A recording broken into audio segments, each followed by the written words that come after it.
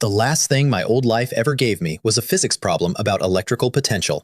Evening study hall, third row, by the window. Rain going sideways for an hour straight. Thunder walking around outside like it was looking for somebody specific. I was 17 and I was not listening to a single word. I was drawing a stick figure with a sword in my notebook margin because I had spent 4 years reading cultivation novels instead of doing anything useful with my life. Then the window went white. Here's the thing nobody tells you about getting struck by lightning. There's no sound, not one. Just a hand made out of light that comes through the glass, grabs your entire nervous system, and squeezes. My last thought was, honestly, that this was extremely unfair because I had a test on Friday and I had actually studied for that one. Then I opened my eyes and 100 people were laughing at me. Not metaphor laughing, not polite laughing. Full, open, howling laughter from a crowd of teenagers in gray robes standing on a stone square the size of a football field, and every single one of them was looking directly at me. I was on my knees. My palms were pressed flat against a black stone pillar taller than a house. My mouth tasted like copper, and my head felt like somebody had put it in a drawer and slammed the drawer. Lin Fan! An old man in a gray robe was standing 5 paces away with a scroll in his hand and murder in his eyebrows. "Third year in a row! Third year! Get off the platform!" Lin Fan.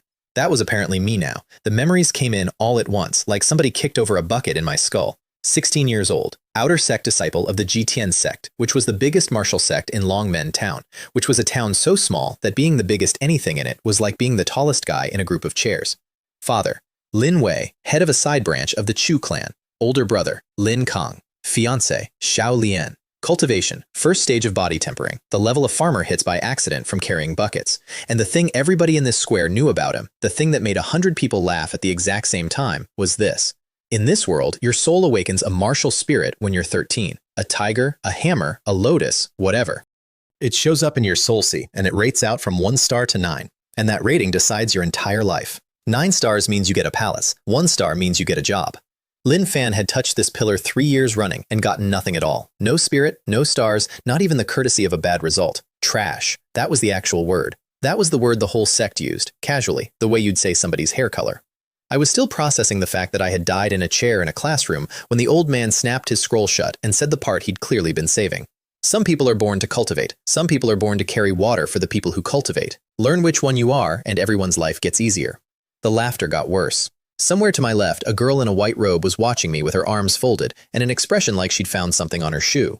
Xiao Lian, my fiancé, standing next to a guy in dark blue silk who had his hand near the small of her back and was not even bothering to hide his grin. Cool. Very cool. Love that for me. I put my hands back on the pillar. The old man made a noise like a kettle.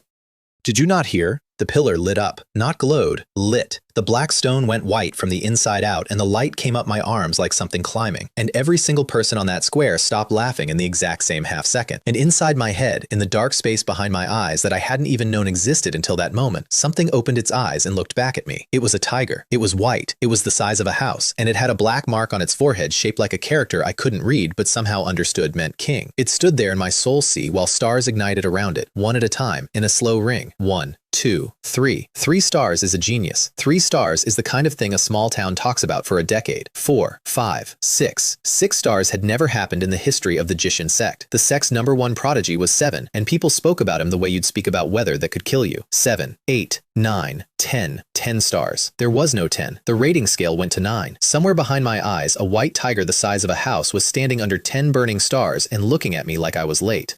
And then, because the universe has a sense of humor, and it is a mean one, 4 more spheres of light drifted up out of the dark behind the tiger.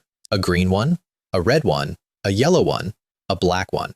Every single one of them wearing a full ring of 10 stars. 5 martial spirits. 5 10-star martial spirits.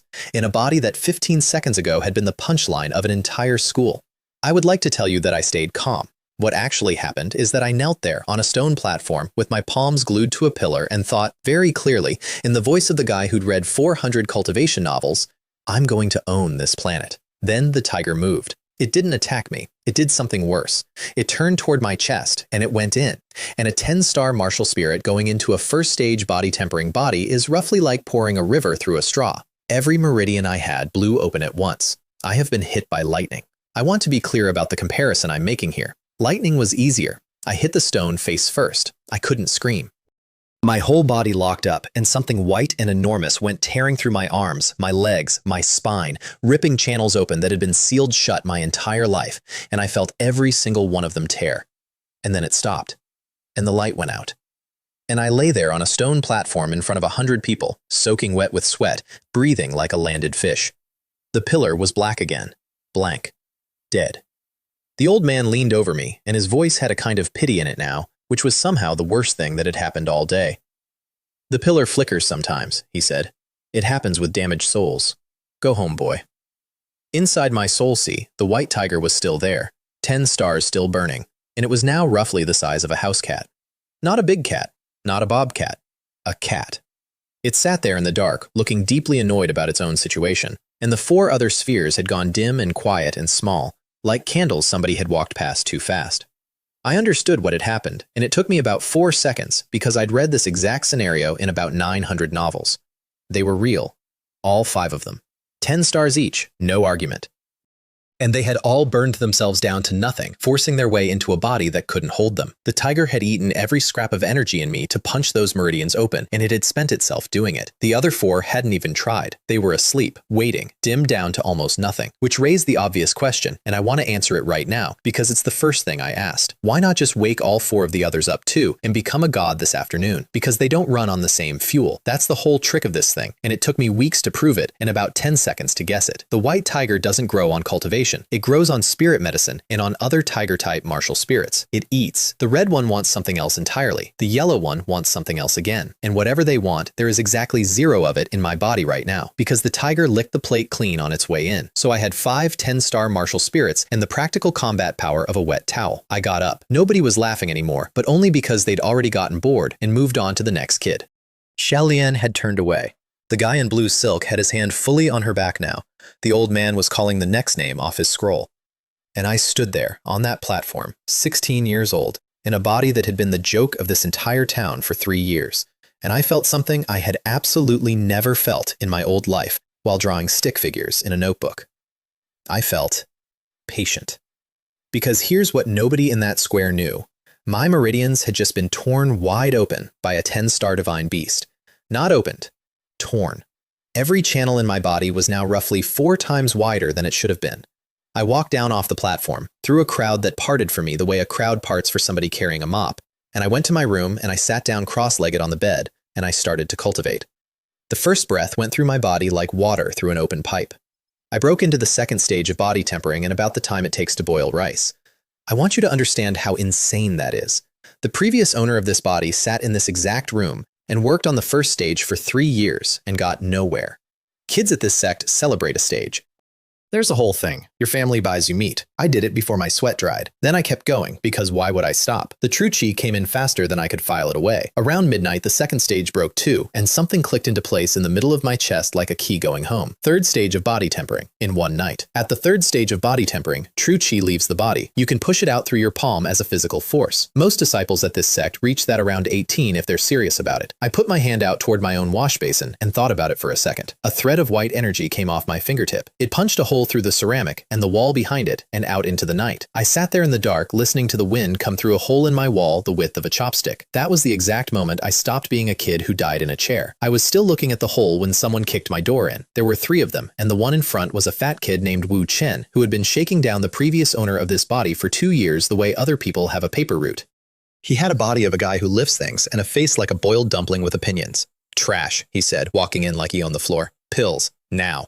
Every outer sect disciple gets an allowance of body tempering pills each month. Wu Chen had been taking Lin Fan's since forever. It wasn't even a robbery anymore. It was a subscription. I sat on the bed and looked at him. "You deaf?" He kicked my table over. His 2 friends spread out behind him, grinning, doing that thing where they crack their knuckles so you know the price of not cooperating. "5th stage of body tempering," Wu Chen says, tapping his own chest. "You know what happens when a 5th stage hits a 1st stage? You become a shape." "3rd," I said. He blinked. "What?" "3rd stage, not 1st. I stood up. "You should probably run." He laughed. Then he swung at me, a big overhand right that would have taken most of my teeth out, and I stepped inside it and put my palm flat against his stomach and let go of everything I'd built up that night at once. I hadn't learned a single technique. I didn't know a form, a stance, or a style. What I had was a body with meridians 4 sizes too big and a night's worth of true chi with nowhere to go. And when I opened the gate, it did not come out as one strike. It came out as a stream, thread after thread after thread, faster than I could count them. Somebody had bolted a Gatling gun onto my wrist and pointed it at a dumpling. Wu Chen came apart. I'm going to be honest with you. I had never killed anything. In my old life, I once relocated a spider using 2 pieces of paper, and I felt weird about it for a day. And I stood in my own room with my hands still out, and the wall behind him wearing most of him, and the 2 friends behind him screamed at exactly the same pitch and turned to run. I killed them both before they reached my door. Not out of rage, out of arithmetic. If those 2 got out of that room, then by sunrise, the entire sect knew a first stage nobody had killed a 5th stage disciple with his bare hand, and every single person who ever wanted my head would have an address for it.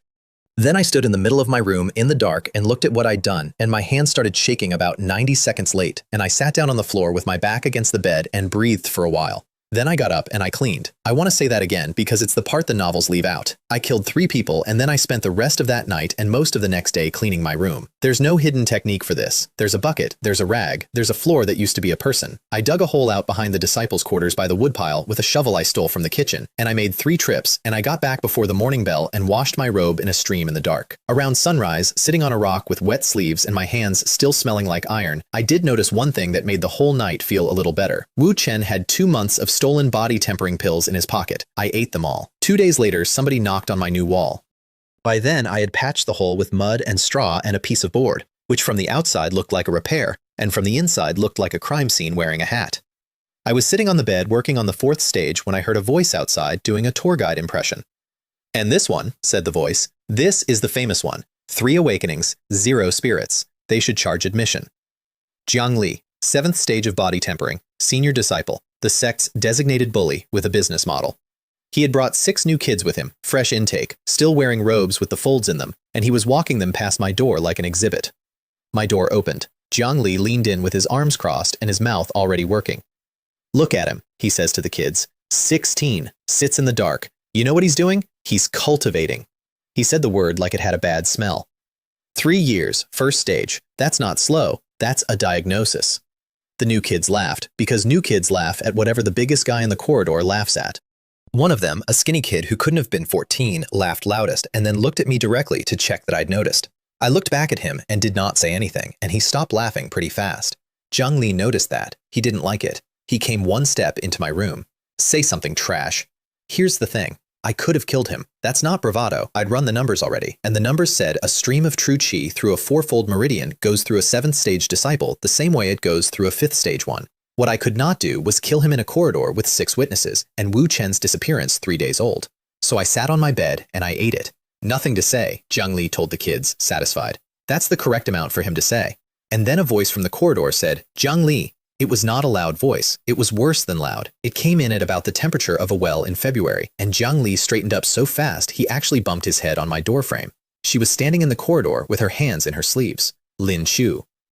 Inner Sect, 6-star martial spirit, ice attribute, and the coldest human being I have ever met who was not actually dead. Same clan as me, technically. Grew up 3 houses down from mine. In the memories that came with this body, she is a 9-year-old who used to fight boys twice her size for making Lin Fan cry. Then she awakened 6 stars and got moved to the Inner Sect. Somewhere in there, she stopped being anybody's friend and started being a statistic. The new disciple's orientation is at the drill ground, she says, not here. Jiang Li did math with his face. 7th stage body tempering against a 6-star Inner Sect disciple is not math. It's a suggestion. He smiled at her the way you smile at a superior officer, herded his 6 kids out, and was gone down the corridor in about 4 seconds. Lin Shu stayed. She stood in my doorway for a long moment looking at my room, and I watched her take in the patched wall, the overturned table I'd never bothered to write, the shovel by the door that I had definitely meant to return. Then she took something out of her sleeve and set it on the corner of my table without looking at me. A jade bottle. Inner Sect issue. Body tempering pills. The good kind. The kind an Outer Sect disciple sees maybe twice a year. Your allowance is being stolen, she said. Was, I said. She looked at me then, first time. Her eyes went across my face for about a second and a half longer than a bored person's would have, and something in there moved and then closed again. Don't come to the Inner Sect, she said. People notice. Then she left. I was still looking at the bottle when I heard the second voice out in the corridor, a woman's, older, one of the Inner Sect instructors who must have come up the stairs behind her. Sure, what were you doing in there? Nothing, master. That's the Chu family boy, the failed one. A pause exactly long enough to be deliberate. Your foundation is at a critical stage. Keep your distance from trash. It has a way of sticking to people. And Lin Shu said, yes, master. 2 sets of footsteps went away down the corridor. I sat there in the dark holding a jade bottle that a girl had just risked her master's disappointment to leave on my table, listening to her agree that I was garbage in a hallway where she knew I could hear it. I opened the bottle and ate 3 pills and went back to cultivating. What else was I going to do? Write a poem about it?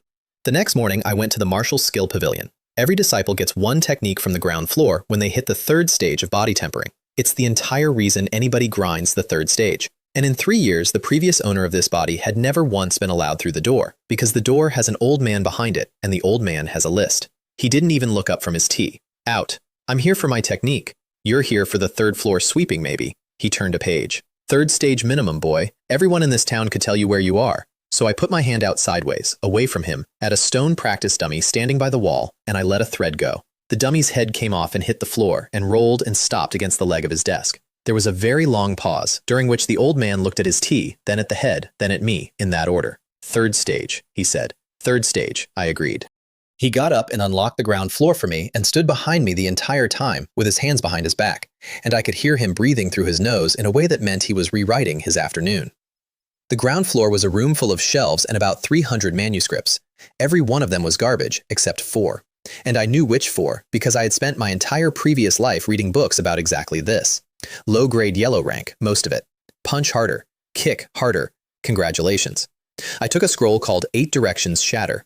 Middle-grade yellow rank. Palm technique. The strongest thing on that floor by a mile. And it had a nice little note in the margin from whoever wrote it, saying that at full mastery, it hits from 8 directions at once.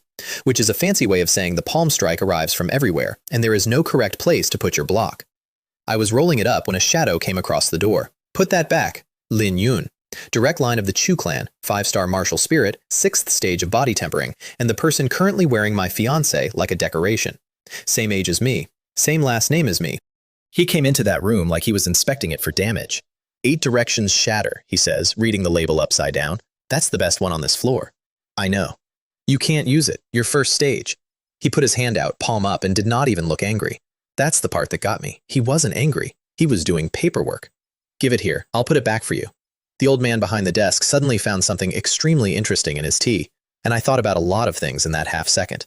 I thought about the arithmetic again. I thought about the fact that this guy was Chu clan direct line, which meant that killing him in a public building would put my father in front of a clan council. I thought about how badly I wanted to. So I did the smart thing. I walked past him and out the door with the scroll under my arm. Hey, he said behind me, and there was finally something in his voice. Hey, trash. I kept walking. He didn't follow because there were 2 elders on the steps outside, and Lin Yun is a lot of things, but he is never stupid in public. I made it about 40 paces down the mountain path before I found out why he'd been in a good enough mood to do paperwork. They were standing under the plum trees by the lower gate, him apparently having taken a shortcut, and her, and this time his hand wasn't near her back. It was on it. Xiaolian. 15 years of arranged engagement, 4-star martial spirit, prettiest girl in the outer sect, and possessed of the specific talent of being able to say the worst thing available in the calmest possible voice. She saw me. She didn't jump. She didn't step away from him. She just turned around fully so I could get the whole picture and let out a small sigh like I was a chore she'd been putting off. Lin Fan, good. I was going to send someone. Don't strain yourself. The engagement is finished. She said it flat, in daylight, in a public path, with maybe 15 disciples within earshot, and all 15 of them now standing very still. My father agrees. Lin Yun is direct line. He'll be intersect by winter. You'll be sweeping the martial skill pavilion by winter. Lin Yun smiled at the ground, all modest, a man being complimented in front of an inferior product. I want you to understand it isn't personal, Xiaolian says. You're just not a person anymore. You're a name in a ledger with nothing after it. I stood there on that path with a scroll under my arm and the plum trees dropping little white flakes on all of us like this was a scene in a play. And what I felt was not what the previous owner of this body would have felt. He would have felt like the floor had gone. I've read his memories. I know exactly how he'd have taken it. He'd have gone gray and quiet and gone back to his room. What I felt was something closer to relief, plus about 3% of the purest spite I have ever experienced. Okay, I said. She blinked. That threw her more than shouting would have. Okay? Yeah, you're free. Go. I shifted the scroll to my other arm. Just remember what you said today. Word for word if you can. You're going to want it later. Lin Yun laughed at that. Actually laughed out loud, throwing his head back a little. Remember it, he says. Sure, we'll write it down. Please do. And I walked past both of them, down through the lower gate, out of the sect, and into the wild mountains. Here's the thing about having your entire social life set on fire in one afternoon. It clears your schedule. I needed to test a palm technique on something that fought back. The mountains around Longmen Town are not a park. 3 ridges out, the beasts stop being animals and start being problems, and I found mine about 4 hours in, drinking from a stream. A blood-toothed tiger. Second-order beast, which puts it somewhere around the 7th stage of body tempering, which put it a comfortable 4 stages above me. It saw me first. They always see you first. It came out of the water in a single flat arc with its mouth already open, and I planted my back foot and put both palms out and used 8 directions shatter for the first time in my life. It went badly. Understand, I had read that scroll exactly once. What came out of my hands was not 8 directions of anything. It was one big sloppy shove of true chi. It hit the tiger in the chest and turned its charge into a stumble. Then 400 pounds of extremely upset cat landed on top of me, and my left arm made a sound I'd rather not describe. We rolled. It got its jaws around my shoulder. I got my right palm against the soft place under its jaw, and I did the exact thing I'd done to Wu Chen. No technique, no stance, just the gate open and everything I had going out at once. A stream of true chi threads at a range of 0. The blood-toothed tiger's head emptied. I lay under it for a while. Something warm was going down my chest, and about a third of it was mine. When I finally got out from underneath, my left arm was hanging wrong, and my robe was a rag, and I had killed a second-order beast at the 3rd stage of body tempering. Then I got a very interesting sensation, from a direction I did not expect. Something in my soul sea sat up. The white tiger, the house cat with 10 burning stars and a bad attitude, was standing at the edge of my consciousness, staring out through my eyes at the dead thing in the stream. And it was making a sound I can only describe as the exact noise my grandmother's cat used to make at a closed refrigerator. It was hungry, and it was looking straight at the corpse of another tiger. I dragged the corpse out of the stream with one working arm and let the tiger have it. Nothing happened. The cat in my head circled that carcass like a customer walking around a car with no engine in it, and then it made a sound of profound personal disappointment and lay back down. It took me a minute to work out why, and when I did, it explained a whole lot about the next 6 months of my life. The beast was dead. Its spirit had gone out with it, scattered the second its skull emptied, the way a candle doesn't leave the flame lying around after you blow it out. My tiger couldn't eat a leftover, which meant the shopping list was short and specific. Living spirit medicine, the kind that grows in places people don't come back from. Or a martial spirit taken out of somebody while it was still burning. Cool. Very cool. Great to have hobbies. I climbed for 2 more days with my arms strapped to my chest with a strip of my own robe, following the stream up, and I found what I was actually looking for on the 3rd morning. A waterfall. 40 feet of white water coming off a shelf of black rock into a pool, hitting hard enough that you could feel it in your teeth from the bank. 8 directions shatter is a palm technique that fails if your force comes from one direction. So you practice it against something that pushes back from every direction at once. I walked into that waterfall, and I stood under 40 feet of falling river, and I threw palm strikes at it until my shoulders quit. Day 1, the water put me on the rocks 11 times. Day 2, I stopped counting, and somewhere in the afternoon, I started to feel the difference between pushing with my arm and pushing with the channel that ran from my heels to my palm. Day 3, at some point in the gray part of the morning, I threw a palm strike and the waterfall split. Not dramatically. It parted around my hand for about a second and a half and closed again, and I stood in the middle of a river with my ears ringing and understood that I had just gotten 8 directions shatter to small success, which normally takes half a year of daily practice with a teacher standing behind you. It also broke me into the 4th stage of body tempering, because that's what 3 days of getting punched by a river will do. I was standing there feeling extremely good about myself when a rock the size of a dinner plate hit me in the side of the head. The golden bark monkey was sitting up on the shelf above the falls with another rock already in its hand, and it was, I want to be accurate here, laughing. 3rd order beast, which put it around the 9th stage of body tempering, 5 clean stages above me, with the added feature of being faster than anything I had ever seen move. I threw a palm at it. It was not there anymore. It came off the rock face sideways, hit me in the chest with both feet, and put me through a tree. What followed was 15 minutes of the worst afternoon of my new life. I hit it maybe 4 times. It hit me constantly. It broke 2 of my ribs and reopened my shoulder, and at one point picked me up by the ankle and hammered me against a boulder like it was trying to get ketchup out of me. And through all of it, it kept making that noise. It was having a great time. I was the entertainment. I finally got it because it got bored. It came in casual, close, showing off, and I let it get its hands on my collar, and I put my palm flat against its ribs at a range of about 2 inches and opened the gate all the way. 8 directions, at 0 distance, into a body cavity. The monkey came apart from the inside, and I went down under it and lay there in the leaves for a long, long time. I could not walk. That's not an exaggeration. Both ribs, one shoulder, one ankle, and something in my back had stopped taking requests. I crawled. I crawled along the bank of that stream for most of a day, and when the rain started, I crawled into the first dark thing I could find, which was a crack in the rock behind the waterfall. It was not a crack, it went back. I got about 30 feet in on my elbows before the passage opened up, and then I stopped crawling and just lay there on cold stone looking at it. A cave, high as a temple, and the whole floor of it was a pool of water so clear it looked like polished air. There was no sunlight in there, and the water was glowing anyway, a soft blue-white because of what was swimming in it. Fish, small ones, hand length, and they were made of something that was not fish. They moved in slow circles, and every one of them threw light on the ceiling. Snow spirit fish. I knew the name before I knew how I knew it, and then the body's memories caught up and told me the rest. Spirit medicine. Living spirit medicine. One of them sells in Longmentown for more than my father's house. And in my soul sea, the white house cat with 10 stars stood up so fast it nearly fell over.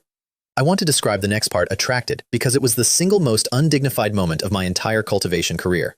A 10-star divine beast, a creature whose name is written with the character for king, a being that had torn every meridian in my body open like a man opening mail, went absolutely feral about some fish. I caught one with my one good hand. I didn't even get it out of the water properly. The tiger took it out of my head, straight through the soul sea, and ate it. Then it grew. Not a lot, but I felt it, physically, in my chest, like something unclenching, and when I looked inside my head, the cat was now the size of a large dog, and one of its 10 dead stars had come back on. Not lit up bright, just on. 1 star out of 10, glowing steady. I sat in that cave and did the math, and the math was beautiful. I stayed 4 days. I ate what I could catch, and I fed the tiger everything else. And I want to be clear that I did not eat any of the fish myself because the tiger's rate of exchange was significantly better than mine. 12 fish, all in, and every 3 or 4 of them was a star. By the time I crawled back out into daylight, my ribs had knitted, my shoulder worked, and there was a white tiger in my head the size of a small horse standing under 4 burning stars. 4 stars. The strongest genius in the Jichin sect, the guy this entire town holds its breath about, has 7. But he got his 7 at 13, and he has had exactly 7 ever since. Forever. Because that's how martial spirits work in this world. You get what you get. Mine goes up when I feed it. I was still standing there in the wet grass thinking about the implications of that when a voice behind me said, 3 days. You're not very hard to follow, trash. Jiang Li came out of the tree line with a saber in his hand. He looked at me the way you look at a job you've been putting off. You came out of the martial skill pavilion with a middle-grade yellow manuscript, he says. Lin Yun wants it. I told him I'd get it. He's going to owe me, and you're going to be a body in the mountains, and honestly, the sect's going to be relieved. He had a saber, 7th stage of body tempering, and a martial spirit. His spirit came out of him as he walked, a translucent thing coiling up his arm and settling around the blade, and it was a leopard. 2 stars. A little spotted cat of light, curling around his wrist, feeding strength into the steel. And in my soul sea, my tiger stood up and started making that refrigerator noise again. Same type, feline, living. I want you to understand that I did not have to think about it. I had spent 4 days in a cave learning exactly what my passenger eats, and Jiang Li had just walked out of the trees holding the dessert menu. You should run, I told him. I meant it actually, I'd have let him. Jiang Li did the thing they all do. He laughed and stepped in and swung. I met the saber with a palm. 8 directions shatter at small success against a 7th stage swing broke his stance, his wrist, and his entire understanding of the afternoon, all in about a quarter of a second. His face was still doing the laugh when I put my other hand through his throat. His head came off and went about 6 feet, and the leopard on his arm made a small confused sound and started to come apart into light. That's when my tiger left my body. I didn't tell it to. It went out through my chest as a shape of white light the size of a horse. It took that leopard out of the air the way a dog takes a thrown ball. It swallowed it, and it came back into me before Jiang Li's head had finished rolling.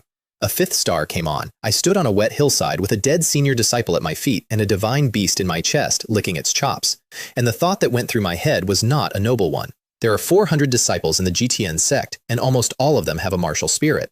I cleaned up, obviously.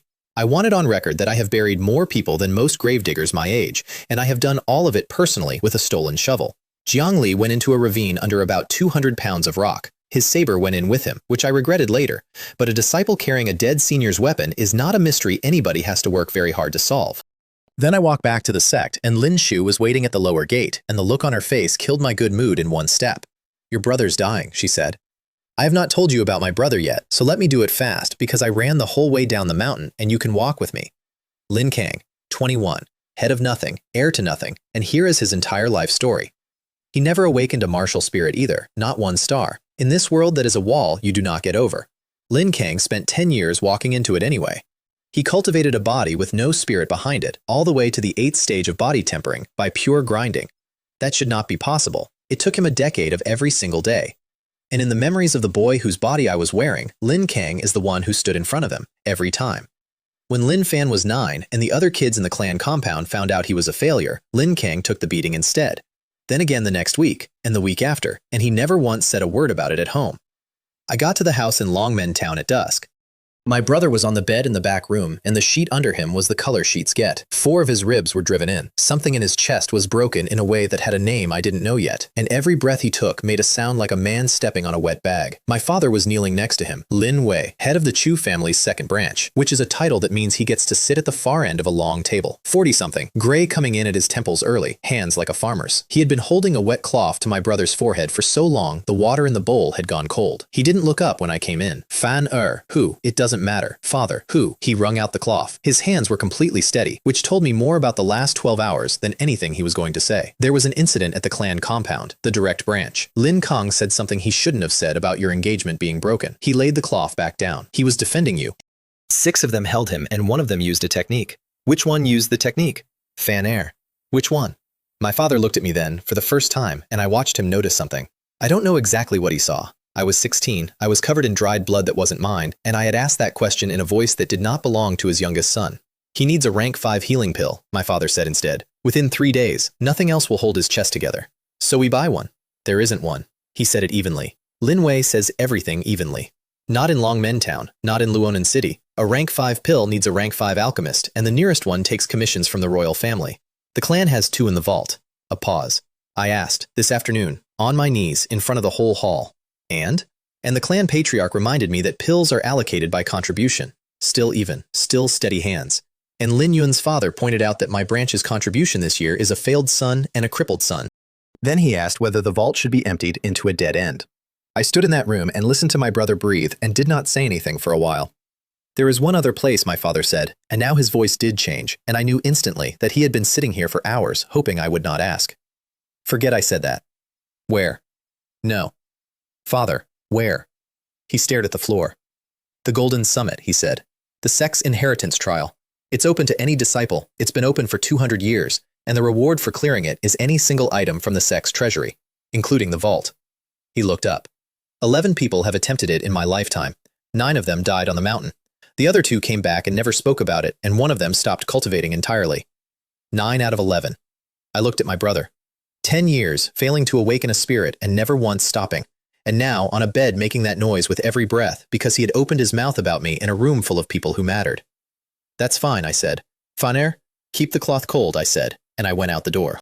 The Golden Summit is the peak behind the GTN sect, and there is a set of stairs going up it that nobody uses. 4,000 steps, white stone, worn in the middle from 200 years of exactly 11 people. At the bottom there's a gate, and at the gate there was an old man in a gold robe sitting on a stool doing absolutely nothing, and had been, as far as I could tell, for decades. Grand Elder Huang, highest cultivation in the sect, guardian of the trial. He was so old his eyebrows had given up and gone their own way. He watched me climb the last 100 paces to the gate, and he didn't move. 4th stage body tempering, he said. Yes. The last one who went up was 9th stage. He scratched his chin. They brought parts of him down in a basket. What parts? I need a rank 5 healing pill. He looked at me for a while. Who's dying? My brother. Ah. Grand Elder Huang nodded slowly, like a man confirming a suspicion he'd had for 2 centuries. It's always a brother, or a father. Nobody has ever come up these stairs for themselves. He stood, and his knees cracked like a campfire, and he pushed the gate open with one finger. The trial has one rule. You go until you stop. Nobody comes and gets you. And if I clear it, then you take one thing from the treasury and the sect smiles at you for a year. He sat back down on his stool. You won't clear it. Try to die in a spot with a view. I went up. The stairs end at a plateau of bare black stone about the size of a village square, and in the middle of it is a stone platform, and in the middle of the platform is a sword stuck in the rock. Above all of it, the sky was wrong, not cloudy. Clear in every direction except directly overhead, where a slab of black cloud sat in a perfect circle and did not move and did not drift and made a sound like something breathing. There was writing carved into the platform. 9 heavens of thunder. Take up the sword. Meet what falls. I took up the sword. It was an ordinary sword. That was the first genuinely mean thing about this trial. A plain iron practice blade, the kind hanging in racks by the 100 at the drill ground. The second my hand closed on the grip, a scroll of light rolled open in my head and poured a sword art into me. Thunderclap 13 swords, 13 forms. High-grade yellow rank, a full grade above anything on the ground floor of the Martial Skill Pavilion, and it arrived complete. Every form, every angle, like somebody had handed me the memory of practicing it for years. The knowledge was free, the using of it was not. The first bolt came down before I'd finished standing up. It did not come down like weather, it came down like a decision. A white column as thick as my body, straight into the platform where I was standing. I got the sword up in the first form of Thunderclap 13 Swords, which is a rising cut. I cut a lightning bolt in half. I want to sit with that for 1 second, because at the time, I did not have the leisure. I cut lightning with a practice sword. The two halves went past me on either side and blew 2 craters in the black stone, and the sound arrived about a heartbeat later and knocked me flat. 1. The second bolt came while I was still on my back. I rolled and came up and used the second form, a downward stroke, and split it, and the shockwave threw me into a crater. 2. By the fourth, I had a rhythm. By the fifth, my arms had started to go. By the sixth, I had figured out the actual design of this trial, and I stopped being impressed with myself and started being impressed with whoever built it. The bolts didn't get bigger, they got faster, and the sword forms were in a fixed order, 1 form per heaven, so you couldn't fall back on the one you were good at. You had to learn Thunderclap 13 Swords, all of it, correctly, in real time, while being shot at by the sky. 7 put me on my knees. 8 took the skin off my left forearm. On 9, the 9th heaven, the bolt came down as 3 at once from 3 angles. The 9th form of Thunderclap 13 Swords is a spinning cut that covers 3 angles. And I understood in the middle of doing it that the whole art had been built for this trial, and this trial had been built for the art. The 9th thunder split, and the platform cracked from edge to edge, and I stood in the middle of it with my sleeves smoking. 9 heavens. Done. Cleared. 200 years, 11 attempts, 9 dead, and a 4th stage nobody with a stolen shovel back home had just walked the whole staircase. Then the cloud made a sound I hadn't heard yet, and a 10th bolt came down. Nobody had told me there was a 10th. There is no 10th. The trial is called 9 heavens. I found out later that the 9th heaven is the end of the trial, and everything past it is the mountain simply asking how much you want. I cut the 10th with the 10th form. I cut the 11th with the 11th, and I don't remember most of that one, because my right arm had stopped reporting for duty, and I was doing it left-handed. The 12th took 11 seconds. I have no idea how I know that. I know that it came down in a spiral, and I met it with a form I had never seen used by anybody, and that when it broke apart, the thunder that followed did not roll away. It stayed. It went out flat across the whole valley, and shook every roof in Longmen Town, and rattled the tea in every cup in the Jitian Sect 12 times. Then I sat down on a cracked platform under an empty sky with a practice sword in my lap, and shook for about 10 minutes. Down at the Sect, at that exact moment, a man was making a speech. I got this part later from 4 different people, all of whom told it slightly differently, and all of whom agreed on the good parts. Bai Qing had come out of closed-door cultivation that morning, first genius of the Jitian Sect, 7-star martial spirit, a python, and the Sect's entire investment portfolio in one person. He'd been sealed in a stone room for 3 months. He came out at the 7th stage of body tempering with a crowd already waiting for him. That's what happens to you when you're the answer to the question the whole town asks. And the first thing Bai Qing did with his freedom was walk across the drill ground to where Lin Shu was standing with her master, in front of maybe 80 disciples, and tell her that he had decided. Not asked, decided. He'd thought about it in the stone room, and he'd concluded that a 6-star ice spirit and a 7-star python was the correct arrangement for the Sect's future, and he was informing her of the outcome. Lin Shu said no. She said it the way she says everything, at the temperature of a well in February, and there was a pause on that drill ground long enough for 80 people to become very interested in their own feet. And Bai Qing laughed and said loud, so it carried, "Is this about the Chu family boy? The trash?" And the drill ground laughed with him, because he was the first genius of the Jishin sect, and that is how it works. Let me be clear about something, since it seems there's confusion. Bai Qing turned around slowly, so everybody got a share. I have nothing against him. You can't have something against a stone in the road. But if I ever hear his name and your name in the same sentence again, I'm going to find him, and I'm going to break both of his arms, and then we'll never have to discuss the trash again, will we? Lin Shu did not answer. And that is the exact moment that 12 thunderclaps came down off the golden summit, one after another, loud enough to knock dust off the beams of the main hall. 80 disciples turned around and looked up the mountain. Every elder in the sect came out of every building at once. Somebody said, out loud, in a voice that was heard by a lot of people, "That's the inheritance trial. Somebody's on the golden summit." And Bai Qing stood there in the middle of his own speech with nobody looking at him. I came down the stairs about 2 hours later, using the sword as a cane. Grand Elder Huang was standing at the gate, not sitting. Standing, with his hands at his sides, and the stool was knocked over behind him like he'd gotten off it fast. He looked at me coming down out of the dark. He looked at my burned sleeve and my hair, which I later found out had gone white at the front and stayed that way for a month. "How many?" he said. 12. Grand Elder Huang closed his eyes for a second. When he opened them, he did something I did not expect, which was to look quickly down the mountain path behind him, at the lights of the sect, and then step in close and lower his voice. Listen to me carefully, boy. In about 4 minutes, every elder in this sect is going to come up that path and ask me who went up this mountain. He put a hand on my shoulder, and his grip was not an old man's grip at all. I have been sitting at this gate for 61 years. I've watched this sect take gifted children and use them until there's nothing left. You are 4th stage body tempering, and you cleared 12 heavens. If they learn your name tonight, you belong to them by winter. So what do you tell them? That a disciple in a hood came up, cleared the trial, took his reward, and left without giving a name. He was already turning me toward the treasury path. And you will keep your mouth shut about this for as long as you can stand to. And when you can't stand to anymore, you had better be strong enough that it doesn't matter. Now go take your prize before somebody arrives. The treasury is inside the mountain, and the vault of pills is a room of stone drawers, and I only wanted one thing, so it took me 11 seconds. Rank 5 healing pill. 1. Inside a jade box, inside a stone drawer, sitting there this whole time, 400 paces from the bed my brother was dying in, behind a rule about contribution. On the way out, I passed a rack of weapons, and Grand Elder Huang made a noise behind me. The trial gives 1 item, he said. The trial does not count what falls off a rack. Thunderclap sword. Middle grade Xuan rank weapon, black steel with a white vein running down the blade, and it hummed when I picked it up like it had been waiting for somebody who'd been rained on properly.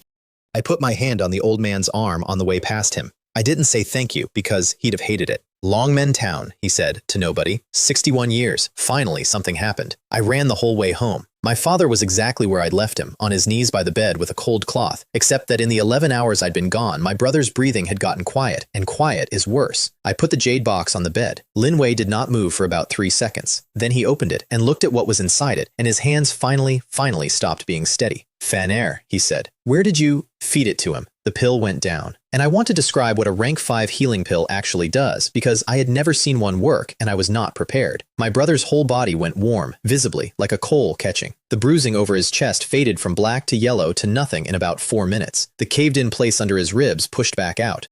And at some point in there, his breathing changed from that wet bag sound to an actual breath, deep and normal. And he made a small, annoyed noise in his sleep, like a man being woken up too early on a day off. My father sat down on the floor. He is not a man who sits down on floors. He sat there, with his back against the bed frame and his hands over his face, and he did not make a sound. I stood in the doorway and let him have it in private. That was the only thing I had to give him at that point. He'll sleep 2 days, he said finally. Good. Fanner. He wiped his face with his sleeve and looked up at me, and there was something else coming. I could hear it in the pause. There's something you need to know about how your brother was hurt. 6 of them held him. 1 used a technique. Yes. My father looked at the floor. The one who gave the order was Lin Yun, and it was not about your engagement. That was the excuse. He took a breath. 3 days ago, I refused to sign the branch land over to the direct line. Your brother's beating was the answer. And tomorrow morning, the clan is holding a council to formally strike our branch out of the family register. I stood in that room and felt something very calm arrive. Strike us out, I said. Both of us. You and me. It's a formality. They have the votes. He said it evenly, which by now I understood was the sound my father makes when he is being crushed. Lin Yun's father proposed it. Lin Yun seconded it. There's no appeal. The patriarch signs it at dawn, and after that, we aren't Chu family. We're 2 men with a surname. I looked at my brother sleeping, breathing like a person. What time? I said. Fanner, you're 16. What time is the council, father? He looked at me for a long moment, and whatever he had seen in my face the night before, he saw more of it now. Dawn, he said. The Chu clan ancestral hall is the biggest building in Longmen Town, and it is built to make you feel small on the way in, which I have to admit is good design. 40 pillars, tablets of the dead going up the back wall to the roof beams. 2 rows of chairs down the length of it, direct line on the left, side branches on the right, and at the end of it all, a chair on a dais where the patriarch sits and decides what your family is. I got there just after sunrise. The doors were shut. That's a rule, apparently. Once the council convenes, the hall is closed. And I could hear my father's voice through 2 inches of lacquered wood. And I could hear that he was not the one talking most. I could also hear that he was not standing. There is a specific sound a man makes when he speaks from his knees. So I kicked the doors in, not opened. I want to be precise because I had put some thought into this on the walk over. And I'd concluded that of everything I was about to do, the first 4 seconds mattered most. I hit both doors with a palm at the 4th stage of body tempering, and they came off their pins and went down flat on the floor of the ancestral hall with a noise like a building falling over. 60 people turned around. My father was on his knees in the middle of the floor with a guard on each arm. There was a document open on a low table in front of him and an inkstone, and somebody had been holding his wrist over it. His sleeve was torn at the shoulder. His face was completely calm. When he saw me in the doorway, that calm broke for exactly 1 second, and what was underneath it was pure horror. His 16-year-old son had just walked into a room containing 60 of the strongest people in the town. "Fanner," he said, "go home." I walked in over the doors. "Sorry I'm late," I said. "Family thing." At the far end of the hall, on the dais, the patriarch of the Chu clan put down his tea. Lin Guang, 60 years old, 9th stage of body tempering, 5-star martial spirit, and the most powerful man for 100 miles in any direction that mattered to me. "Who let this boy in?" he said. "Nobody," I said. "That was the whole point of the doors." Lin Yun stood up out of the second chair on the left. He had a fan in his hand, an actual folding fan. 6th-stage body tempering, 5-star martial spirit, robes worth more than my father's house, and he came out into the middle of the floor with the exact expression of a man who has just been handed a gift. "Patriarch, allow me," he says. "This is the second branch's younger son, the one we're discussing." He turned to the room and opened the fan. "Everyone here knows the situation. 3 failed awakenings, 16 years old, 1st stage body tempering. His engagement to the Ye family was dissolved last week by the Ye family in public." A little pause for the room to enjoy it. "And now he's kicked the ancestral doors off their hinges, in front of the tablets, in front of the ancestors." That last part landed. I heard the room change. "I move that the second branch be struck from the register today," Lin Yun says. "Both of them, not later, now." "Seconded," said his father from the first chair. The patriarch picked his tea back up, which was his way of saying yes. And my father, on his knees, with a guard on each arm, said, "I'll sign the land. Leave my sons out of the register question. I'll sign it right now." That was the moment I stopped being angry and started being something colder. "Don't sign anything," I said. "Fan patriarch." I stepped over the inkstone. "Before you strike us out, I want to use a family law. Not a favor, a law." I looked up at the dais. "Any member of the Chu clan facing removal may challenge the member who proposed it. Blood arbitration. It's in the register, page 1. It's older than everyone in this room." Somebody in the side branches made a noise. An old man near the back said, out loud, "It is in there." The patriarch's face did something complicated. He was not a fool. He knew exactly how it looked. A 16-year-old failure asking to be beaten to death by a 5-star genius in front of his own father in an ancestral hall on a morning when the clan was already taking the family's land. "Boy," he said, and to his credit there was something almost kind in it. "You are 1st stage. He is 6th. Sit down and let this be a paper matter." Lin Yun closed his fan. "Let him," he says. "I'd hate for the second branch to feel unheard." That got a laugh. It got a good laugh, actually. His father was smiling into his sleeve. "Blood arbitration," the patriarch said, and set down his tea for the second time. "No killing. Lin Yun. He is a child." "Of course, patriarch." Lin Yun walked out to the center of the hall, rolling his shoulders, and gave me a look with real warmth in it. "I'll be gentle." "He'll walk out." "Bet on it," I said. "Excuse me?" "You said you'd write down what your girlfriend told me last week." I drew the thunderclap sword and let it hang at my side. "Get it out. I want to hear it read back after." Lin Yun stopped smiling and called his martial spirit. I'd never actually watched somebody do it properly before. It came out of his back as a shape of blue light, uncoiling. It took the form of a hawk with a wingspan wider than the both of us. 5 stars ignited over it in a slow arc while the whole hall watched. 5 stars is a genius. 5 stars in a town like this one is a career. And then the hawk went into him.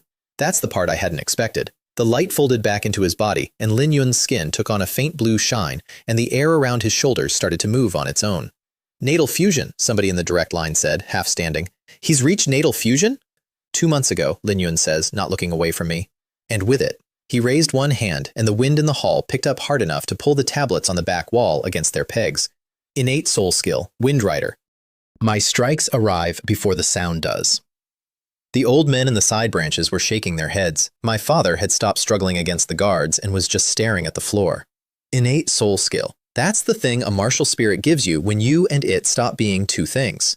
Most people never get one. Most people who do get one get it in their 30s. "Last chance to kneel," Lin Yun said. I put my thumb on the guard of the thunderclap sword. "Here's what I want you to understand about the next second. I had been shot at by the sky 12 times in a row 2 days earlier. I had learned an entire high-grade yellow sword art from a stone platform while being executed by weather. And the first form of Thunderclap 13 swords is not a slash. It's a draw. It's the cut that happens on the way out of the sheath, and the whole point of it, the entire design, is that it is faster than a thing that is already coming at you. Lin Yun moved. He was fast. The wind went with him, and he crossed the hall in a straight blue line, and his palm was already out and glowing and aimed at my chest. I drew. There was a white flash from the floor to the roof beams, and a sound like the mountain clearing its throat, and every candle in the ancestral hall went out at once. When people could see again, Lin Yun was on the floor 11 paces behind me, on his back, in a shallow trench he'd made with his own body across the flagstones. His right arm was in two pieces. His left leg was bent in a direction legs don't go. The blue shine was gone off his skin, and in the air above his chest, the hawk was there for one more second, flickering, with two of its 5 stars dark, and then it went out and did not come back. He was breathing, I'd made sure of it. No killing, the man said. The thunderclap sword was already back in the sheath. I hadn't planned that part, I just did it, because that's how the form ends. Nobody in the hall said anything for a very long time. Then the patriarch of the Chu clan stood up out of his chair on the dais. He came down the 3 steps. He crossed the entire length of that hall past 60 silent people, and he stopped in front of me. "Nephew," he said, "I want to note the word. 90 seconds earlier it had been boy. Patriarch, that sword form." He was looking at my hand. "Where did a child of my clan learn a high-grade yellow art? I found it. You found it." He looked at me and I watched him decide in real time to stop asking. That's the thing about people like Lin Guang. They are extremely good at knowing which questions are profitable. The register question is withdrawn. "I know," I said. "Have the guards let go of my father?" "They let go of my father." "The land document is void," the patriarch said without being asked. He said it loudly for the room. "It was proposed under a misunderstanding of the second branch's contribution. The second branch's contribution is excellent." He turned to the hall and raised his voice further. "Lin Fan is to be recorded as a direct line equivalent of this generation. Effective now." Lin Yun's father was on his feet. "Patriarch, my son, your son proposed a blood arbitration against a member of his own clan on the morning we take that member's land," Lin Guang said without turning around. "Sit down and be grateful I'm not asking who beat Lin Kong." He sat down. I helped my father up off his knees. He'd been down there long enough that he needed the help, which was somehow the thing that made me angriest in the entire building. At the door, stepping back over the 2 doors I'd knocked flat, I stopped and looked back at Lin Yun, who was awake and looking at the ceiling and not making any sound at all. "Tell Zhao Lian I said hello," I said. "She'll want to update her ledger." We walked home. My father did not speak for the first half of it. Then, at the corner by the well, he stopped walking. "You cleared the Golden Summit," he said. It wasn't a question. "Yes." 12 heavens. The whole town heard it. He was looking straight ahead. "Everyone in that hall was doing arithmetic on you the entire time and coming up short by about 10 years. And the only reason nobody said the word out loud is that they're afraid of what the answer is." "I know." "Funner." He turned. My father is not a demonstrative man, and he put both hands on my shoulders, which was the most physical affection I had ever received from him in the entirety of 2 people's memories. "Whatever it is, don't tell me. Don't tell your brother. Don't tell anybody in this town." That's what the old man at the gate said, too. Then he's smarter than me, and I already agreed with him. He let go. "One more thing, and then I'll stop." Bai Qing came out of seclusion. "I heard. He's been telling people he's going to break both your arms." My father started walking again. "He said it in front of 80 disciples. He can't take it back now. That's the trouble. A man who says a thing like that in public has to do it, or stop being who he is. So he's coming. He's coming." I went up into the mountains that afternoon. Not to hide. I needed spirit medicine. I needed corpses of the right type. And I needed to not be standing in a town where a 7-star genius was going door to door looking for a stone in the road. Which is how I ended up watching a bear get eaten. It was 4 ridges out, in the deep part where the trees go strange.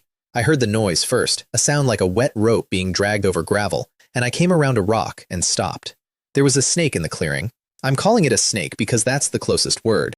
It was as long as a street and as thick around as a wine barrel, black and green, and it had a body wrapped in 3 loops around something small and white that was still fighting. 3rd-order beast minimum, maybe higher, the kind of thing that eats a squad of 9th-stage disciples for a light lunch. And in the middle of the coils there was a bear cub about the size of a large dog, white, with a faint purple sheen on the fur where the light hit it. It was biting the snake with a total lack of any strategy whatsoever, and losing badly. It had one paw braced against a coil. I saw the paw. That's what got me. That paw had 6 toes on it. I don't know why that mattered to me right then. It just registered, the way a detail does, and then the snake tightened and the cub made a sound, and it was a genuinely terrible sound, and I stopped doing threat assessment and drew the sword. Look, I know. I had been in this world for 11 days. I had a divine beast in my chest that ran on rare medicine and other people's souls. I had a family in pieces and an enemy who had announced his intentions publicly. My correct move was to walk backward out of that clearing very slowly. I went in.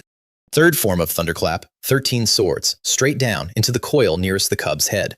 The blade went about 1/3 of the way through and stopped like I'd hit a tree, and then the entire street length of that snake came off the ground at once, and the world became a windmill.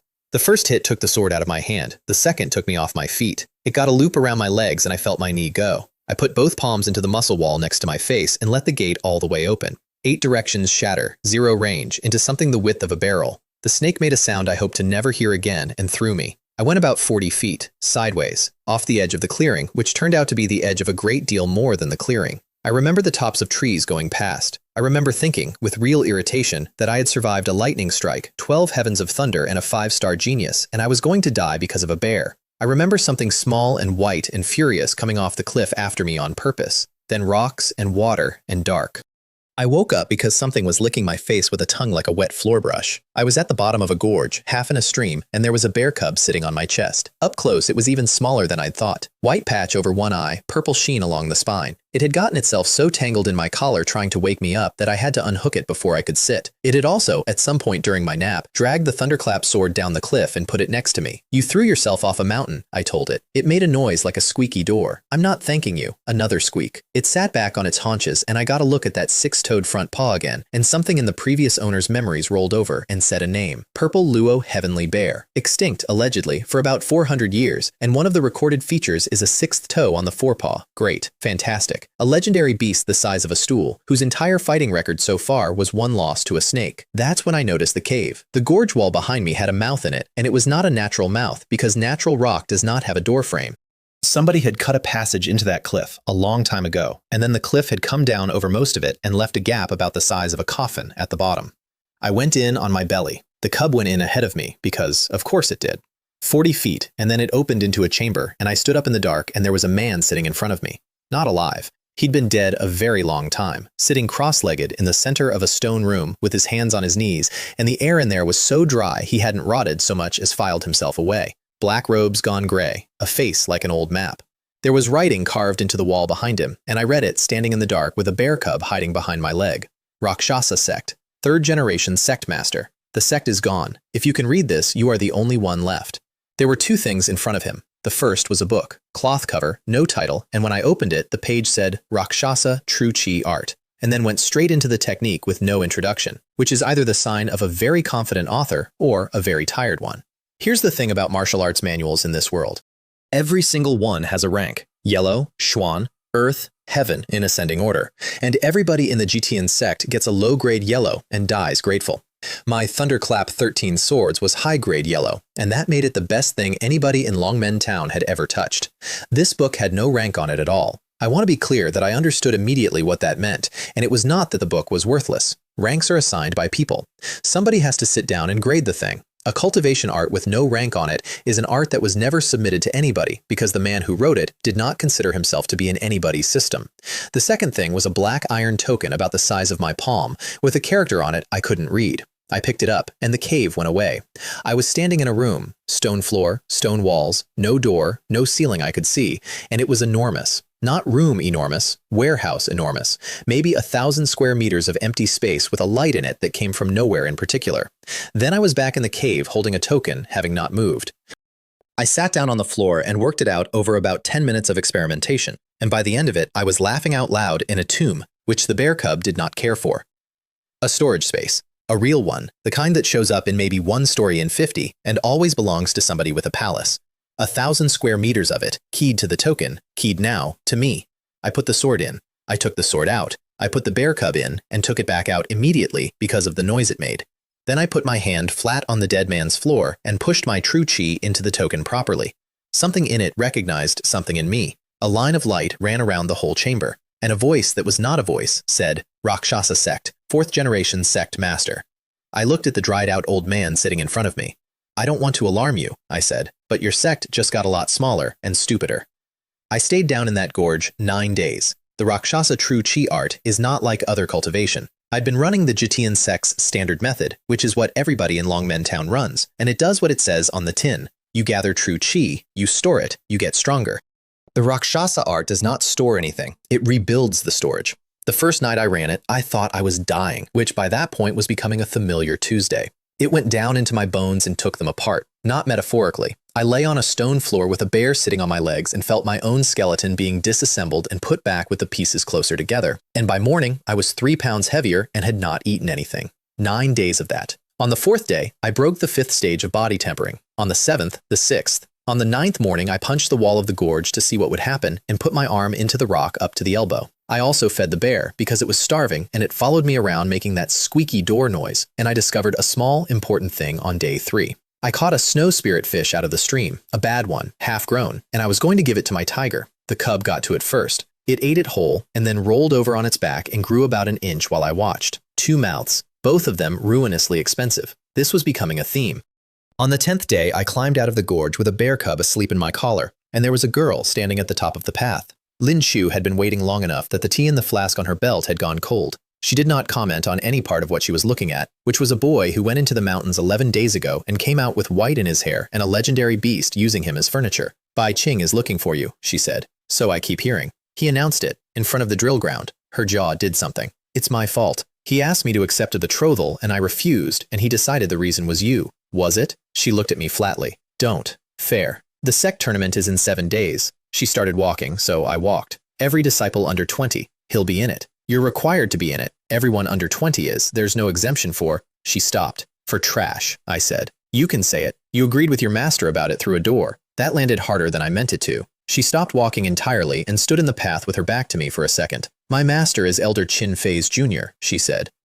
I have 3 years left under her before I can take an independent teacher. If I had said anything else in that corridor, she goes to Qin Fei. Qin Fei goes to Bai Qing. And Bai Qing comes to your door 2 months ago, when you were still first stage. She turned around. So yes, I agreed with her about it through a door. We walked in silence for a while after that. We were maybe half a mile from the Sect gate when 4 people came out of the trees. Bai Qing first. I had never seen him up close, and I want to give the man his due, because he had it. 7th stage of body tempering. 8th, actually. I found out in a minute, and he wore it well. Tall, straight-backed, robes with the Sect's silver trim, and a face that had been told it was the most important face in the province since it was 13. 3 disciples behind him, at a respectful distance, arranged like a frame. Junior sister Lin Shu, he says, and then he looked at me, and his whole expression changed into something warm and awful. And here's the stone in the road. Bai Qing, Lin Shu said. Move. In a moment, he stepped between us, physically. He walked into the space between me and her and turned his back to me, which is a specific insult, and he took his time with it. I wanted to say, in person, that I bear this one no ill will. He's not a rival, he's a rumor. He half turned. But rumors attach to people, and I won't have my name attached to his. Then don't say it so much, I said. He laughed. He had a good laugh. That was the thing about him. It was genuinely a pleasant sound.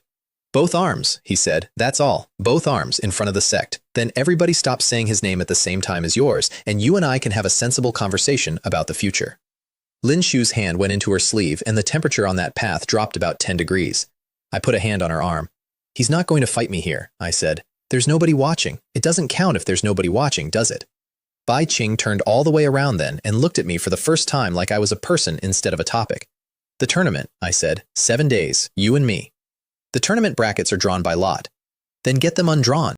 You're the first genius of the Jitin sect. I've been told about it constantly. I'm sure a man of your standing can arrange a match. I stepped around him and started walking toward the gate. One condition though, not a spar. Life and death. The path went very quiet. Life and death is a thing you can declare in a sect tournament. It has to be agreed by both parties and countersigned by an elder. And after that, the sect does not investigate what happens in the ring. It exists so that feuds get settled where the elders can watch them instead of in the mountains. Nobody uses it. Genuinely nobody. Not in 20 years. Because there is no version of that arrangement where the strong person benefits. You want a life and death match, Bai Qing said slowly, against me. You said you'd break both my arms in front of the sect. I'm just adding a little to it. I kept walking. I'd hate for you to go to all that trouble and only get arms. Behind me, one of his 3 disciples started to laugh and then realized nobody else was. 7 days, Bai Qing said. 7 days. I made it about 20 paces before Lin Shu caught up with me and grabbed my sleeve hard enough to turn me around.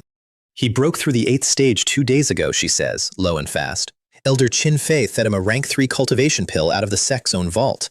7-star python spirit, 8th-stage body tempering, and a Xuan rank saber art he's been running since he was 14. Her hand was still on my sleeve.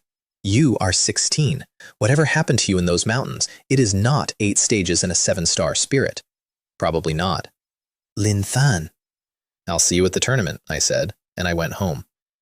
I had 7 days, and I had a shopping list. And the shopping list was the entire point of everything I had done since I woke up in a stranger's body on a stone platform. Longmen Town has one place that sells spirit medicine in bulk, and it's a branch of a chain out of Luonan City called the Star Picking Tower. 3 floors, cedar counters, and a manager on the ground floor who looked at my outer sect robe and made a decision about how much of his day I was worth.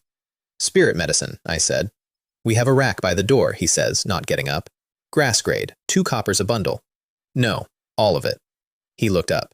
Everything in the building, I said. Every grade.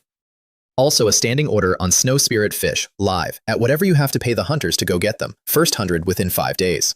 The manager of the star-picking tower put down his brush very carefully. Snow spirit fish, he said, sell for 8 gold apiece. I know. 100 of them is 800 gold. The magistrate of this town does not see 800 gold in a year.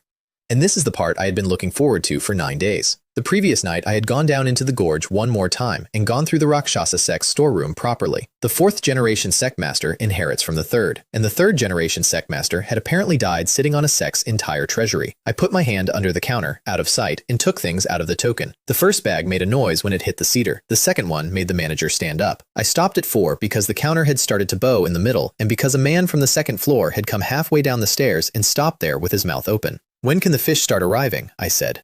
The manager of the star-picking tower, in a town where I had been the punchline 11 days ago, put both hands flat on his counter and bowed to me from the waist. Tomorrow, young master, he said. I found the man on the road back, about 2 miles out of town, and I nearly walked past him because I thought he was a pile of clothes. He was face down in the ditch with 3 arrow shafts in his back and 1 through his thigh, and he had crawled far enough that there was a long, dark line in the dust behind him showing exactly how far. Big man. 40-something, shaved head, and a robe that had been black and expensive before somebody put holes in it. He was still moving, barely. I turned him over, and he got one hand up and around my wrist with a grip that nearly broke it. That told me something interesting. A man who can do that with 4 arrows in him is not from around here. Who? He said. Nobody. Hold still. I got the arrows out. It was not a delicate operation, and I will not walk you through it. What I will tell you is that when I put my palm on his back and pushed Rakshasa true chi into him to close the bleeding, his eyes came fully open and he stopped fighting me. That art, he said. Where? A cave. Boy. He got up on one elbow and just about managed it. That art has been dead for 400 years. And then his gaze went down and stopped. When I'd knelt, my collar had fallen open and the black iron token was hanging there against my chest where I'd been keeping it. I want to describe what happened to this man's face because I have never seen anything like it before or since. He went from bleeding out in a ditch to sitting bolt upright to lying flat on the ground with his forehead in the dirt in about 2 seconds, arrows or no arrows. Sect Master, he said into the dirt, get up. Disciple Guang Ren of the Rakshasa Sect, Outer Hall, 3rd rank, greets the Sect Master. You have 4 holes in you, please get up. He would not get up. He stayed down there with his head on the road and told me the whole thing in a voice that kept breaking. It took a while. I sat in the dust next to him and listened to all of it. The Rakshasa sect had not been small. That was the first surprise. 400 years ago, it had been one of the great sects of the Zhongtian continent, whatever that was. It had been erased in a single season by people whose names Guang Ren did not know because his master had not known them either.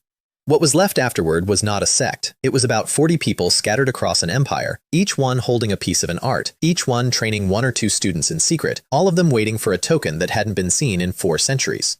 Guang Ren had spent 30 years waiting for the token. He had also, in the last week, been ambushed on this road by 6 men from something called the Bloodblade sect over a debt he did not go into. How strong are you? I said when he was done. 8th level of refining chi, Sect Master. I sat there for a second. There are 3 realms that matter to anybody in Longmen Town, and they go body tempering, then refining chi, then innate, and there is a wall between each of them that most people spend their whole lives failing to climb. Grand Elder Huang at the Golden Summit Gate is refining chi, 1st level. The strongest man in the Jitian sect, 1st level of refining chi, and everybody in 3 counties speaks about him in a hushed voice. This man was 8th. And 6 people had put 4 arrows in him, which meant that somewhere out there was a world where 8th level refining chi is a guy you ambush on a road. Sect Master, Guang Ren said, and finally lifted his head. Command me. Stand up first. Command me. Fine, stand up, that's the command. He stood up, it cost him something. And that was how I acquired my first subordinate on a dirt road outside Longmen Town, 11 days after dying in a chair in a classroom. I told him to go into the mountains and heal for 6 days, and to come to the sect on the 7th, and stay out of sight until I was in trouble. Will you be in trouble? He said. I've arranged some, I said. 2 days before the tournament, I went to register. The registration desk is in the front hall of the sect, and there is a line, and part of registering is declaring your realm, because the brackets are organized by it. An elder sits behind the desk with a book and an inkstone and a bored expression. The elder behind the desk that day was Chin Thay, 50s, thin, silk robes, and he was the one who had fed Bai Qing a rank 3 cultivation pill out of the sect vault 2 weeks ago to get him through the 8th stage. Bai Qing's master. He looked at me over the top of the book, and I knew exactly how the next 30 seconds were going to go before they went. Name: Lin Fan, Outer Sect. Realm. 6th stage body tempering. The line behind me made a noise. A month ago, I had been first stage in front of 100 witnesses, and going from first to sixth in a month is not a thing that happens, and about 9 people said so at once. Chin Fei wrote it down without looking up. 6th stage from first in 1 month, he said. There's a standing sect reward for that. Rank 2 cultivation pill. It's in the regulations. I can't withhold it. He opened a drawer and took out a jade bottle and set it on the desk in front of me. Then, before my hand got there, he picked it back up. Bai Qing, he called. Bai Qing had been standing across the hall the entire time. Of course he had. He came over, unhurried, and Chin Fei dropped the bottle into his palm without a word, and Bai Qing turned it over between his fingers, examining it. Elder, I said. Yes, that was mine. That was the sect's, Chin Fei said, finally looking at me.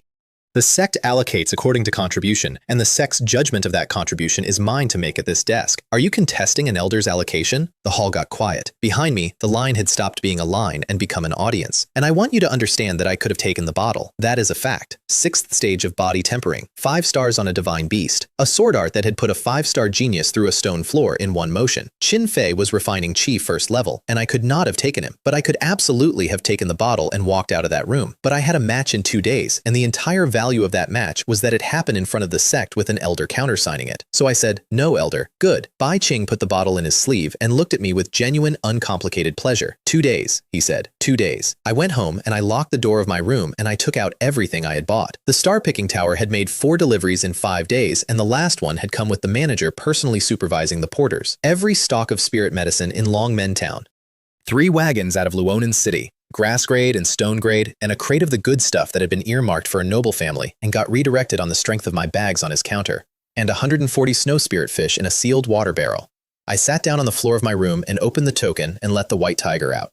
I have described this animal to you as a house cat with a food addiction, and I stand by it, but I want to correct the record on one point, because that afternoon I got to see what it actually is. It came out of my chest and filled the room. Not literally, it was made of light, but it stood there with its head against my ceiling and its tail going out through my wall, and the black king mark on its forehead was bright enough to read by. 5 stars burning over its back, 5 dark. And then it started eating, and it did not stop for 11 hours. The medicine went first. Whole crates of it, gone, dissolving into light and going down that thing's throat, and the 6th star came on around the 2nd hour. The 7th took everything the star-picking tower had on its shelves and both wagons from Luonan. The 8th took the crate that was supposed to have gone to a noble family. By the 9th star, it had gotten fussy. It stopped taking the grass grade at all. It sat in the middle of a room full of the most valuable herbs in 3 counties and looked at me the way a cat looks at food it has decided is beneath it. So I opened the water barrel. 140 snow spirit fish went in about 90 seconds, and I have never in my life felt worse about money. The 10th star came on at around midnight, and the thing in my room stopped being an animal I had a problem with. It stood up to its full height, and the light off it went white to gold and back. Every hair on my arms stood up. My brother knocked on the wall from the next room and asked if I was all right. I said, fine, absolutely fine, in a voice about an octave off. 10 stars, all of them. Original condition. The white tiger of the Jitian sect's nightmares, restored, sitting in a 15-foot room in the outer sect disciple quarters at midnight. Then something else happened, and it was better. When a martial spirit is complete and its bearer is properly matched to it, the spirit gives up its skill. Its own skill, the thing it is, expressed as something the human can do. That's an innate soul skill. Lin Yun had one, and it made the whole ancestral hall stand up. The tiger looked at me and folded down into my chest and put its skill in my hands like a cat putting a dead bird on your pillow. I felt what it was immediately, and I sat down on my bed and put both hands over my mouth so I wouldn't make a sound. The white tiger is not a beast of strength. It never was. Look at what the thing actually is in every legend anybody in this world tells, and it's the same story every time. Nobody sees the white tiger coming. That's the whole legend. That's what it is. I stood up and used it. 5 breaths. Not a second longer, and it takes a full hour to come back. For 5 breaths, from the moment I willed it, there was no me. Not invisible like glass. Invisible like absence. No sound off my feet. No heat off my skin. No true chi signature for anybody to feel. I walked across my own room and looked in the bronze mirror on my wall, and there was a room in it, and no boy. I turned it off and sat back down. 6 stages of body tempering. A 10-star martial spirit. 12 heavens of thunder in my sword hand, and 5 breaths, once an hour, in which I do not exist.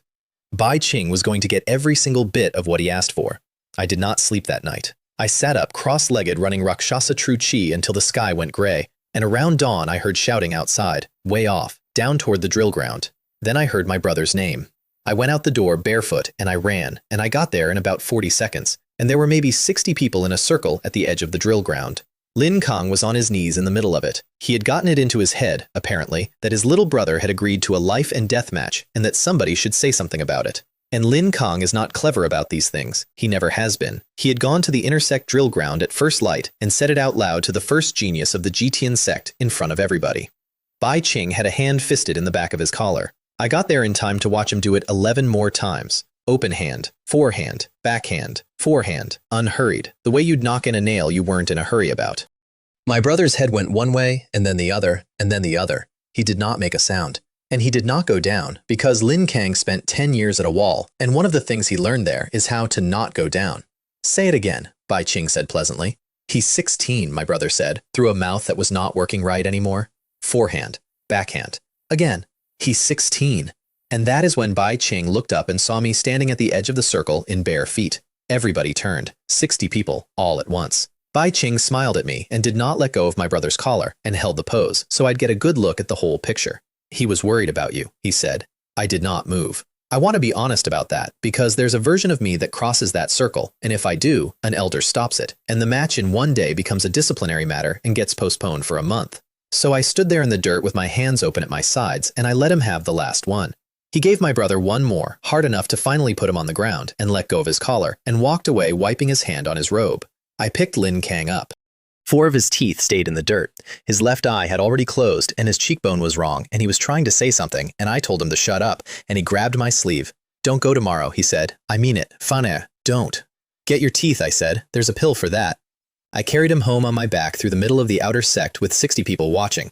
I did not look at any of them. Behind me, somebody laughed. I put that laugh in a drawer with everything else and closed it. The Jitian sect holds an auction the night before the tournament every year, and it is the single biggest event in Longmen Town. I went because my brother was asleep with a healing pill in him and my father was sitting next to him, and neither of them wanted me in the house looking at the wall. Also because the sect auction is where a sect empties its unwanted drawers, and I had recently developed an interest in buying things.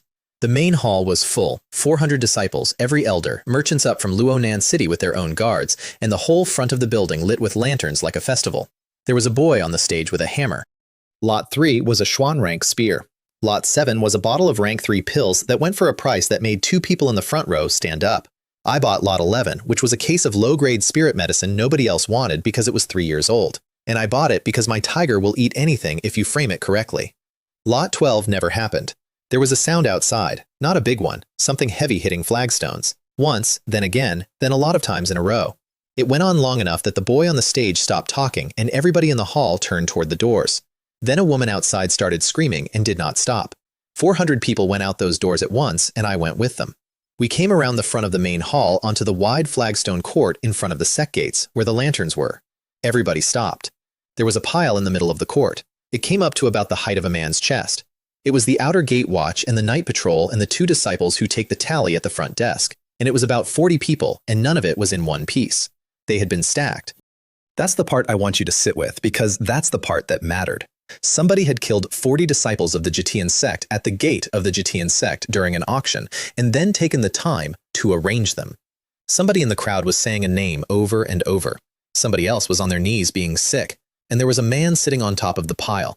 He was young, black clothes, no sect insignia, sitting up there with his elbows on his knees like a man waiting for a coach, and out of his back came a pair of wings. Not a martial spirit's light, physical wings, gray and dry-looking, folded down along his arms. Grand Elder Huang came through the crowd. I had not seen him move at speed before, and I want to note that a 61-year gate guard can cover a courtyard remarkably fast. He stopped 10 paces out with his hands open at his sides. "Who are you?" he said. The winged man looked down at him and yawned. He actually yawned. He covered his mouth. "Nobody sent me, if that's the question," he says. "I was passing. Your gate people asked me my business." He shrugged, and the pile shifted under him, and 400 people made a noise. I said I didn't have any. They insisted. "You are standing on my disciples." "I'm sitting." Grand Elder Huang lifted one hand, and the true qi that came off him bent the lantern light. First level of refining qi. The strongest man in 100 miles, and I could feel the pressure of it from 40 paces back in a crowd. The winged man looked at that hand the way you look at a child showing you a drawing. "Oh, you're the strong one," he said. I wondered. Body tempering, body tempering, body tempering, and then you. He stood up, on top of 40 of our people.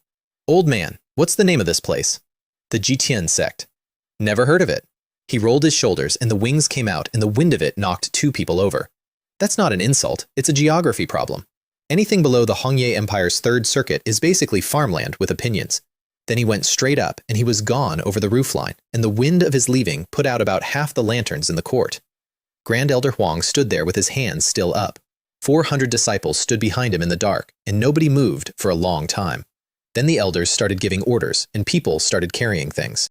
I stood at the back of it and did not help, because I had just learned something, and I want to be precise about what it was, because it is the single most useful thing anybody taught me that year. There is no ceiling in this town. There is no ceiling anywhere. Grand Elder Huang is the strongest man I had ever met, and a passing stranger with a bad attitude had killed 40 of us on his way to somewhere else, and had not even bothered to learn our name. Guang Ren is 8th level of refining qi, and 6 men put 4 arrows in him on a road. Nobody is coming to make this fair. There is no rule about it, no ancestor watching, no clan law that means anything to a man with wings. There are no gods in this world. There is a list, and everyone on it is above someone, and the only question that has ever mattered is where you are on the list right now, tonight. I went home and did not sleep for the second night in a row. I put the case of old spirit medicine in front of the tiger, and it ate it out of politeness. Then I ran Rakshasa True Chi. The 7th stage of body tempering opened somewhere around the middle of the night.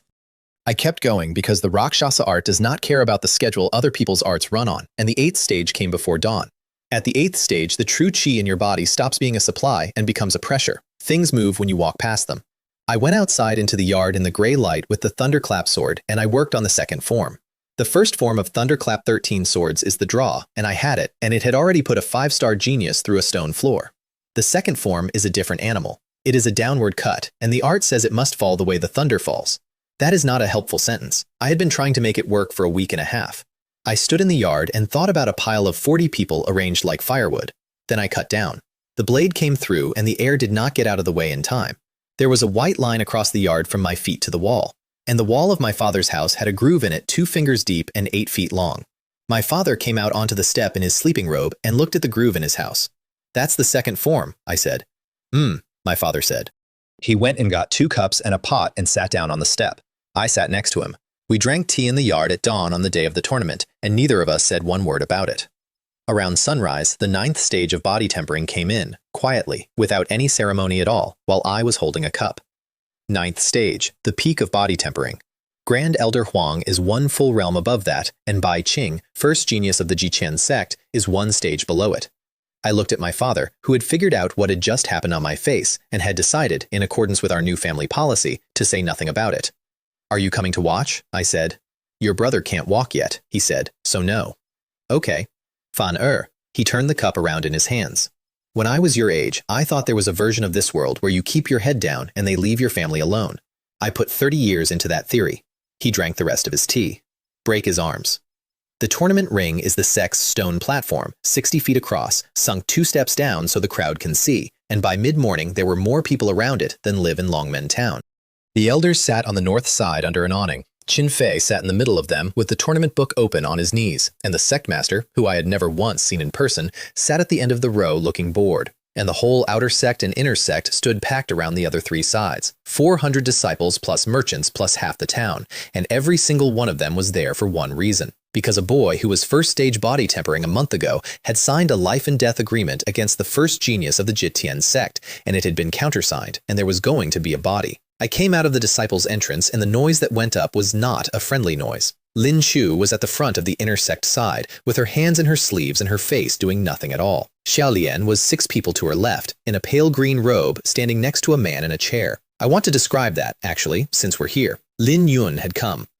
He had come in a chair, carried by 2 servants, with his right arm splinted from the shoulder down and his left leg in a wooden frame. 6 days after I put him through the floor of the ancestral hall, he'd had himself carried up a mountain and set down in the front row so he could watch, and Xiaolian stood next to the chair with one hand on the back of it. She looked at me, I looked at her, and I watched her remember it, in real time. Standing under a plum tree, telling a boy he was a name in a ledger with nothing after it. I watched her hold that up against a stone platform where she was about to watch the boy die, and decide that the ledger was fine. I nodded to her, just once. She looked away first. Qin Fei stood up with the book. "The tournament of the GTN sect," he said, "for disciples under 20, 68 entrants." He turned a page. "Bracket adjustments. By the authority of the tournament elder." He read it out flat, the way you read a weather report. "Entrant Lin Fan of the outer sect will not participate in the general brackets. Entrant Lin Fan will fight a single match, first round, against Bai Qing of the inner sect under the life and death agreement both parties signed." The crowd liked that. "One additional term," Qin Fei said. Entered at the request of the tournament elder and approved this morning by the Sect master. In the event that entrant Lin Fan survives the match by any means, including a mercy stop, he is expelled from the GTN Sect effective immediately. His family's residence rights in the Sect district are revoked. The crowd liked that even more. It took me a second to understand why, and when I did, it was almost funny. He had closed the exit. That's all that was. Qin Fei had sat down with the book the night before and worked out that there was exactly one bad outcome for him, which was me being alive and in the Sect afterward. He had removed it in 2 sentences in front of 400 witnesses. Bai Qing came out of the inner Sect entrance with his saber over his shoulder, and the sound the crowd made for him was completely different. He walked to the center of the ring and waited for me with an expression of mild apology, the way you'd wait for somebody at the bottom of some stairs. "I'm going to make it quick," he said when I got there. "Not for you. Your brother took 11 and stayed up. That was well done. I'll be quick for him." "Both arms," I said. He tilted his head. "You said both arms in front of the Sect." I drew the thunderclap sword and set my feet. I want to make sure we're both clear on the arrangement. Bai Qing's martial spirit came out of his back and the crowd went up. A python. It came out in a slow spiral, 30 feet of green light coiling around him and up his saber arm. 7 stars ignited over him, one after another. When the 7th lit, the flagstones under his feet cracked in a ring. 7 stars. 8th stage, body tempering. A middle-grade Xuan saber art he'd been running since he was 14. I let my own spirit stay exactly where it was, inside my chest, invisible, and the crowd saw a 16-year-old with an ordinary black sword and no light around him at all, and 400 people started laughing at once, which, honestly, was a nice bit of symmetry. That was how this whole thing started. Qin Fei raised his hand. "Begin," he said. Bai Qing came at me with everything, and I want to give him that, because a lot of people in his position would have played with me first. Green Python Saber Art, 3rd form, a rising cut with a 30-foot spirit wrapped around the blade, and the whole platform went dark green with it. It was genuinely beautiful. 400 people who had grown up watching this man train made the exact noise you make in a theater. I put my sword back in the sheath. That's what I did. I want you to picture it from the crowd side, because I've had it described to me by 6 different people since, and every one of them tells it the same way. The saber comes in, the whole platform lights up green, and the boy with the ordinary black sword reaches down and puts it away. Then he steps inside the swing and hits Bai Qing in the chest with a fist. No technique. Nothing from Thunderclap 13 swords. Nothing from 8 directions shatter. A 9th stage body tempering body rebuilt over 9 days by an art 400 years dead, moving forward with a closed hand. Bai Qing left the ring. He went off the platform, over the 2 steps, over the front row, and into the base of the stone wall at the back of the court. He hit it hard enough that the top 3 rows of stones came down on top of him. The saber came down separately about a second and a half later, spinning and stuck in the flagstone's point first. Everybody in that courtyard watched it land because it was the only thing still moving. The python was gone. It had gone out somewhere in the air. Nobody made any sound at all. I stood in the middle of the ring shaking my hand out because hitting somebody that hard is not free, and I looked over at the elder's awning, and Qin Fei had come half out of his chair with the tournament book sliding off his knees. Then the rocks moved. I'll say this for him. Bai Qing got up. It took him a while, and he did it in stages. By the time he was standing, there was blood coming out of him in about 4 places, and his left collarbone was making a shape it should not have made. But he got up. He came back across that courtyard. He climbed onto the platform and stood there swaying. "I don't understand," he said. "I know. A month ago, you were first stage." He wiped his mouth. His hand was not working properly. I checked. I had somebody check the registry. 3 failed awakenings. 8 years of records. They were accurate. Then what happened? And here's the thing. I actually thought about telling him, for about a second, because he asked it like a person, for the first time since I'd met him, without the audience in his voice. "You did," I said. "Everybody did. There's no secret. You people spent 3 years telling a kid what he was, and then somebody else moved into the house." He came at me one more time. He didn't have a saber, and he had one arm working, and he came anyway. And I think about that sometimes, because it was the only genuinely admirable thing I ever saw the man do. I caught his wrist. The sound a forearm makes is not what you'd expect. It's quieter. I broke his right arm at the wrist, and then again above the elbow. Then I let it go and took the left one, which was already ruined at the collarbone, and broke that one in the same 2 places. Then I let him fall down on the stone. 400 people watched me do it, and none of them made a sound. "That's both," I said. Then I straightened up and looked at the front row. I want to be honest about what I did next, because it is not admirable, and I have never once regretted it. I looked directly at Zhao Lian, standing next to a chair with a crippled man in it, and I did not say anything at all. I just held it. 4 seconds, maybe 5. She had told me to remember that I was a name in a ledger with nothing after it. She had said it in daylight in front of 15 people because she wanted an audience for it. She got one. She looked at the ground, and then at Lin Yun in his chair, and then at nothing, and her face came apart in front of about 400 people and stayed that way, and I turned around and walked back toward the disciples' entrance. I made it 4 paces. "Stop him!" Qin Fei was on his feet. His book was on the ground. And I have thought about this a lot since, and I don't think it was strategy. I think the man simply could not sit there. "That match was a life and death agreement," said one of the other elders quickly.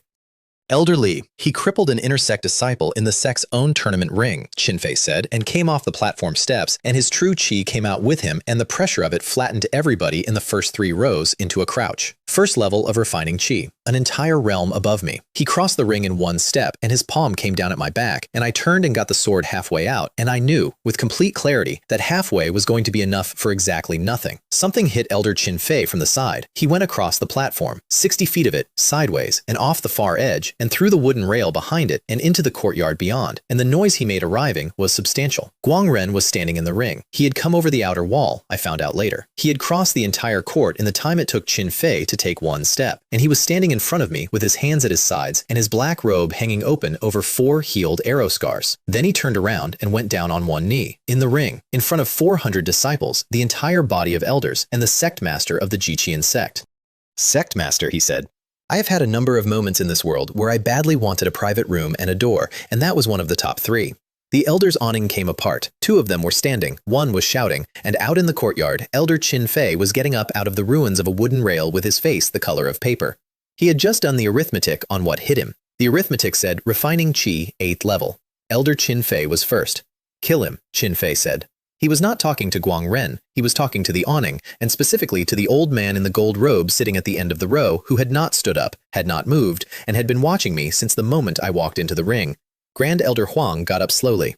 "Elder Huang," Qin Fei said, "that man assaulted an elder of the sect." Said Grand Elder Huang. He walked out into the ring. He walked past me without a glance and stopped in front of Guang Ren, who was still on 1 knee. He stood there with his hands behind his back, and I watched 2 men who had never met establish the entire situation without saying a word. "8th level," Grand Elder Huang said. "Yes, I'm first. Yes, and if I move," the old man said, "does the boy end up in the middle of it?" "He would not," Guang Ren said. "You would." Grand Elder Huang nodded slowly, the way he had nodded at the bottom of 4,000 steps when a 4th stage nobody told him his brother was dying. Then he moved anyway. I think he had to. 61 years in a sect and an outsider on 1 knee in your tournament ring, there's a thing you have to do. He was fast, faster than Qin Fei by a lot, and he covered the distance with his palm coming up and the air compressing in front of it. Guang Ren stood up and put him on the ground. 1 motion. He rose out of the kneel, caught the old man's wrist on the way in, and turned it. And Grand Elder Huang of the Jiqian sect, strongest man in 100 miles, guardian of the Golden Summit, went flat on his back on the stone platform in front of his entire sect. Guang Ren let go of him immediately and stepped back and bowed. "Senior," he said, "you are the first person in this town to try to protect that boy instead of use him. I've been in these hills a week and I asked around. Please stay down." Grand Elder Huang lay on the stone for a second, and then he started to laugh. He laughed until he had to be helped up, and he was still doing it when he sat back down in his chair and he flapped a hand at the other elders in a way that closed the whole matter. 61 years, he said to nobody. Twice in a month. They offered me everything about 90 seconds later. The sect master of the Jiqian sect came down off the awning personally. I had never spoken to this man. He had watched me get laughed off an awakening platform at a distance of 40 feet 3 years running, and he came down the steps now with both hands out and used my name like we were old friends. Personal disciple. That was the offer. Not inner sect, not elder's disciple, personal disciple of the sect master, a title that had been given twice in the history of the sect and came with a private peak, an unlimited draw on the pill vault, and a Xuan rank cultivation art. The expulsion clause is struck, obviously, he said. Elder Qin Fei exceeded his authority. Elder Qin Fei was standing behind him with a broken shoulder and his eyes on the ground. No, I said. The courtyard, which had been getting noisy again, went quiet in patches, and then all the way. No? I decline, respectfully. I put the thunderclap sword away properly. I'm leaving the sect today. My father and my brother are coming with me. I'd like the residence rights honored until they're packed, which should be about an hour. The sect master had a very good face, professionally speaking, and it held for almost the whole sentence. You would be throwing away... I'd be throwing away a personal peak in a sect where an elder can take a boy's pill off a desk and hand it to his own student in front of a line of witnesses, I said, where 40 of your disciples got stacked at your own gate last night by a man who didn't know your name. I'm not insulting you. I want to be clear, it isn't an insult. It's just a small pond, and I've seen the bottom of it. Nobody said anything to that. Nobody could, really. Half the sect had been standing in that courtyard the night before, looking at the same pile. The sect master recovered because he had to. He gestured, and one of the elders came forward with a box. "Then take this with our goodwill," he said. "Rank 6 cultivation pill. The sect has held it for 40 years. It was to be the reward for whoever cleared the Golden Summit inheritance." I opened the box. I want to describe what a rank 6 pill looks like, and I can't, because it does not really look like anything. It looks like a small piece of light somebody rolled between their hands. 40 years, and it was, technically, mine already, and everybody standing under that awning knew it, which is why the sect master had picked it. I closed the box and turned around and held it out to Guang Ren. "For the road," I said. Guang Ren looked at the box, then at me, then at the box again. "Sect master," he said quietly, "this is a rank 6. You're at the 8th level of refining chi, and there are people out there who put arrows in you. Eat it in the mountains, not here." I pushed it into his hands. "That's a command, since you keep asking for one." He took it, and that big shaved-headed man who had thrown the 2 strongest people in the province across a courtyard put his forehead very nearly on the stone. I want to note, for the record, what 400 disciples of the Jiqian sect saw that morning, in this order. They saw the sect's first genius broken in 2 motions by a boy they had spent 3 years calling trash. They saw the tournament elder thrown through a railing. They saw the grand elder put on his back. And then they saw the boy hand a 40-year treasure to a stranger like it was a coat he didn't need and walk out the gate. I went down the mountain and packed a house. It took less than an hour because we did not own very much. My father carried a box of tablets, which is the only thing the Chu family's second branch had that could not be replaced. My brother carried nothing because he still could not lift his left arm and complained about it the entire way down the road. At the bottom of the sect path, Lin Shu was standing in the road. She had a travel bundle over one shoulder and her hands in her sleeves, and she was not looking at me. She was looking at the mountain. "You're not coming," I said. "No." 3 years under your master." 3 years. She turned around. "My clan sent me here. My father would pull the whole branch's support from Longmen Town if I walked out of the gate with you today, and there are 40 people in that sect from families like mine." She said it evenly. She'd clearly rehearsed it, which is somehow worse. "I'm not being noble. I did the arithmetic, and I don't like the answer either, okay?" Lin Fan, she took her hands out of her sleeves and put a jade bottle into mine. "Inner sect issue. The good kind. Your allowance is being stolen," she said. "Was," I said. Something moved across her face and went away again. She picked up her bundle and went back up the mountain path. I stood at the bottom of it with a bottle of pills in my hand until my brother told me to stop being embarrassing in a public road. We went east. There is exactly one reason to go east out of Longmen Town, and it is Luoyang City. And there is exactly one reason to go to Luoyang City, which is that it is the capital of a circuit of the Hongye Empire, and everything worth having is there. Alchemists, auctions, sects that have heard of themselves. Guang Ren walked 10 paces ahead of us the whole way, and my brother spent the first 4 hours trying to make conversation with him and got a total of 9 words back.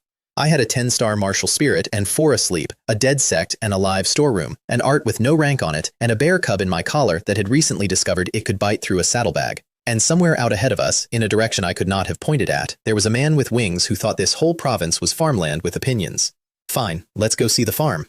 9 days east, there's a forest called Tianji that the road has to go through, and everybody who uses that road has an opinion about it. We walked into the middle of a war. Not a metaphor. There were about 200 people fighting across the road in blue robes and red robes, and there were already a lot of them not fighting anymore, lying in the leaves in both colors. Blue Robe Sect and Hua Xuan Sect, and the argument was a spirit vein somebody had found under the ridge, and it had been going on for 11 days. My father put a hand on my brother's shoulder and pulled him back off the road.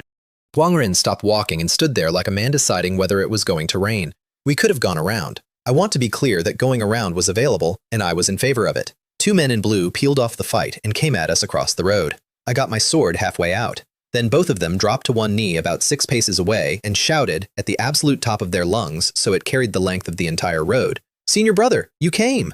I did not know either of these men. "Senior brother of the Blue Robe Sect," the second one yelled, louder. "The vein is ours now!" And about 80 people in red robes stopped fighting 80 people in blue robes and turned around and looked at us. I have to admire it, in a way. That is a genuinely excellent piece of work. 2 men on the losing side of a battle see 4 strangers on the road. One of the 4 is a very large bald man in black who radiates the specific energy of somebody who kills people for reasons, and they solve their entire problem by handing us to the enemy in 1 sentence. "That's not true," I said to 80 men in red robes. Nobody believed me. Nobody was ever going to believe me.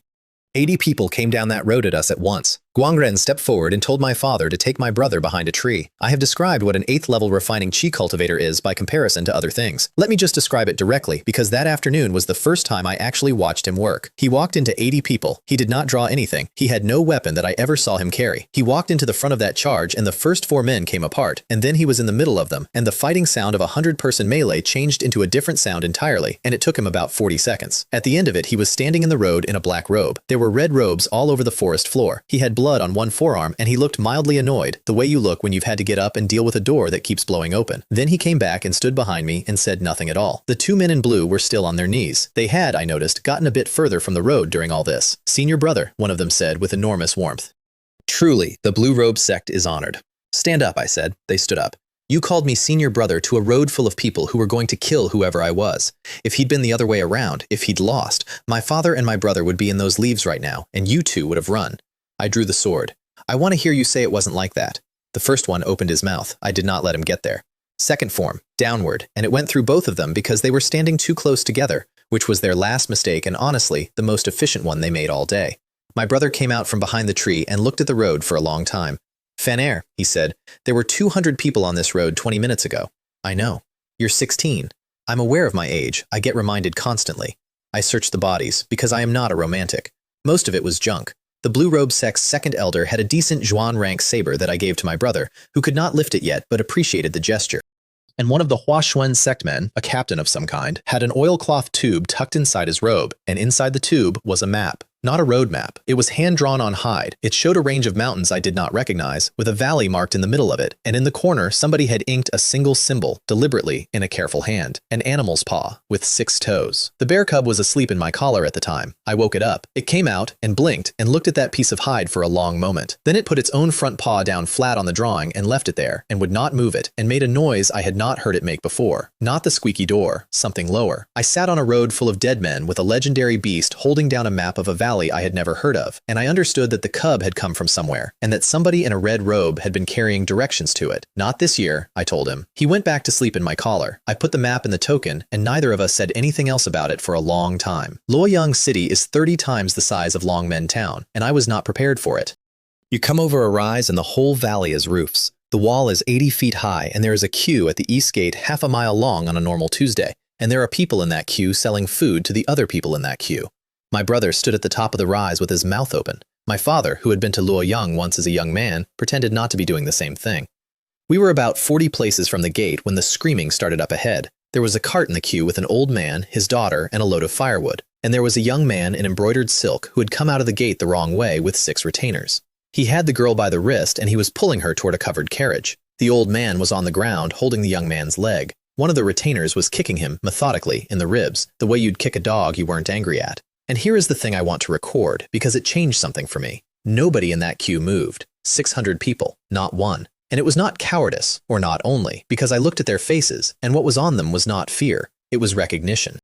They knew who he was, and they knew what the outcome was, and they had all done this arithmetic many times before, and every one of them had somewhere to be. I walked up the queue. "Let go of her," I said. The young man turned around. He had a good face and a bad mouth. "Do I know you?" "Ming Tao," somebody in the queue whispered, urgently, at my back. "That's Ming Tao. His father is the Marquis of Yongping." "Ah," Ming Tao says, hearing it and relaxing entirely. "So you've been told. Good, that saves us both." I broke his wrist. He let go of her. Then he screamed, and I want to note the pitch of it because I have heard men with 4 arrows in them make less noise. The 6 retainers came at me. Guangren stepped forward and put all 6 of them on the ground without killing any of them, which I understood to be him being polite in a public place. Ming Tao sat down on the cobbles holding his wrist and looked up at me, and then at the very large man behind me, and something happened to him that I would not have predicted. The Marquis of Yongping's son, in front of 600 people at the east gate of Luoyang, wet himself. The queue saw it. All of it.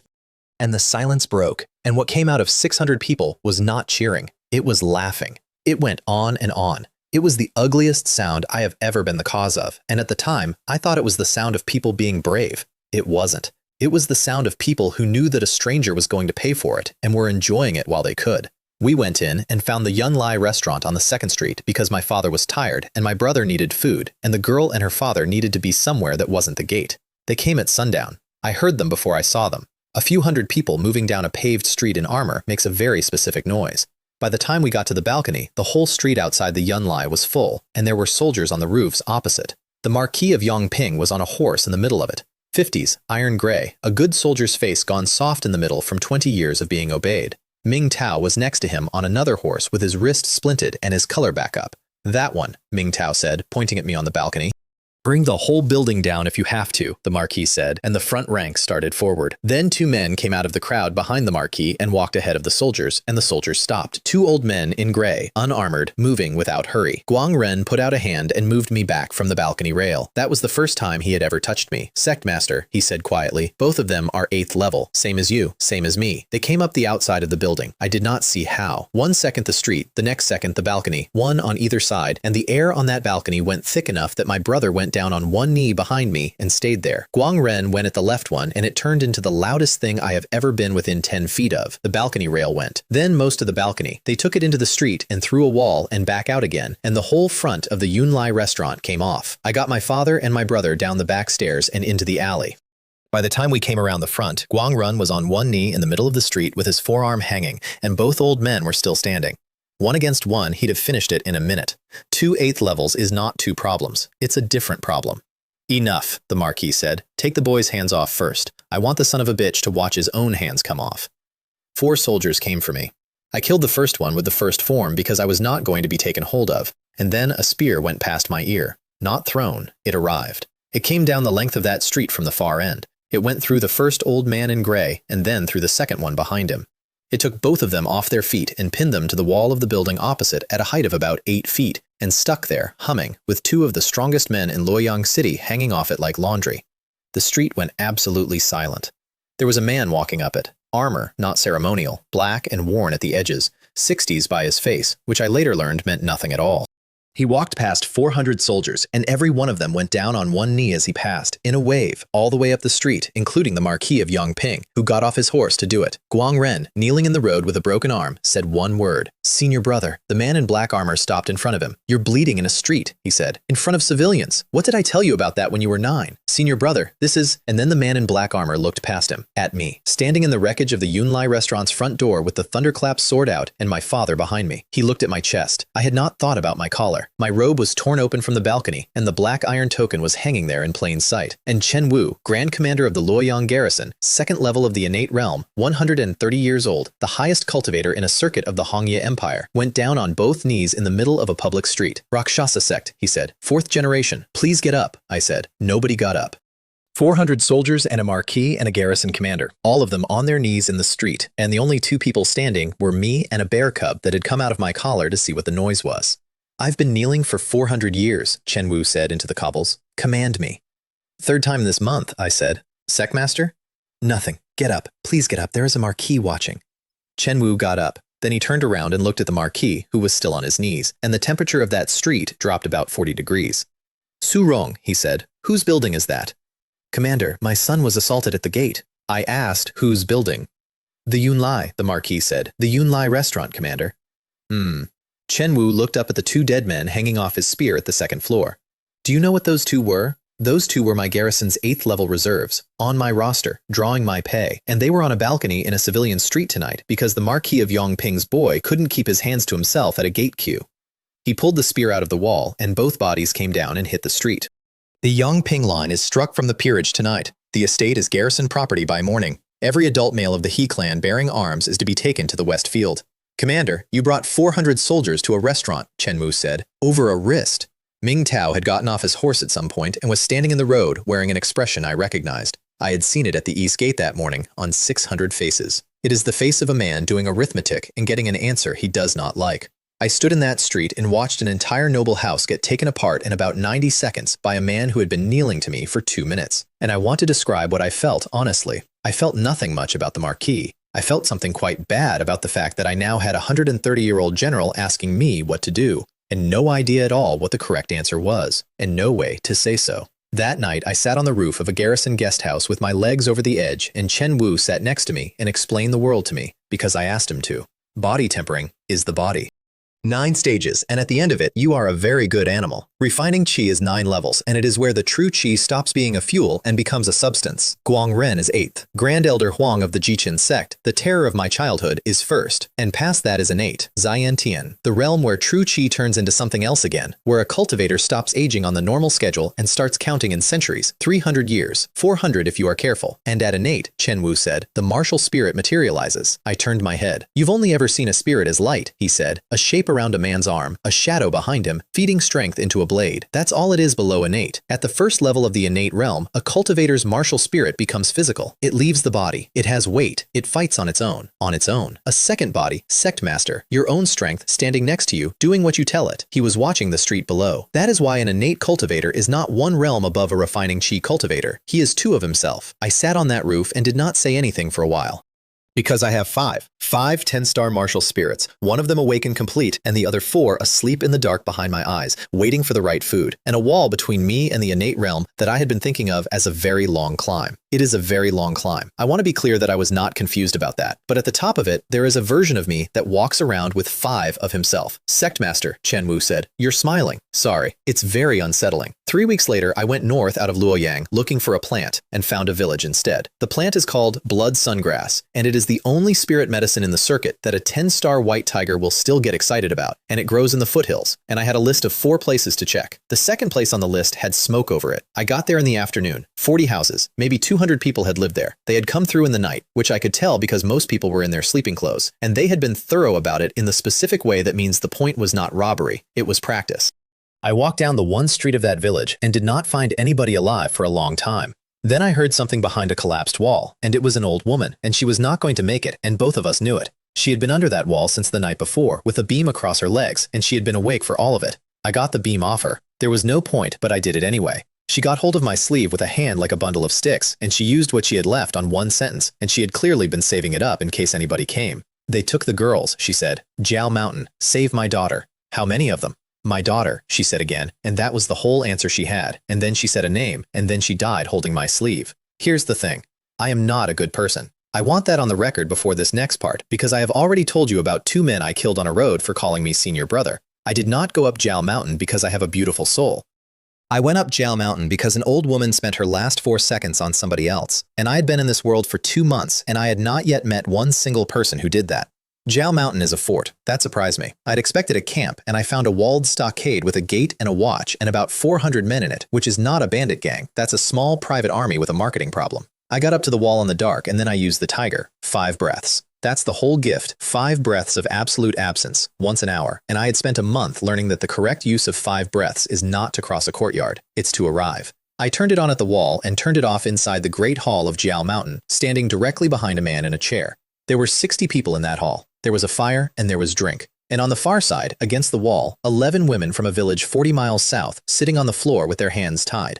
The reason they were still alive is that the man in the chair had spent the evening explaining to the room what they were going to be worth in Luonan City. He was called Jiao.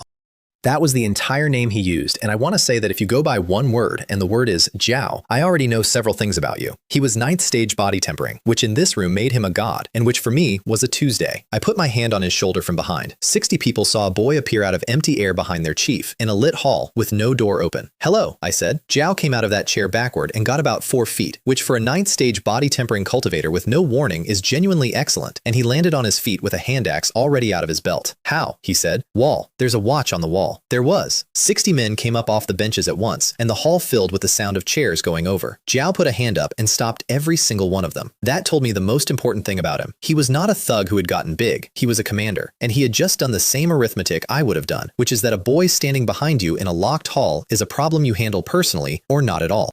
Whatever you're paid, he said, I'll double it. Nobody's paying me. Then what do you want? Your grandmother's under a wall, I said, which did not make sense to him, and I did not particularly need it to. He came in low and fast with the axe, and he was the best 9th stage I had ever fought, and that includes me, because he had 30 years of doing exactly this, and I had 4 months. He got the axe past my guard twice in the first 8 seconds. The second one opened my forearm.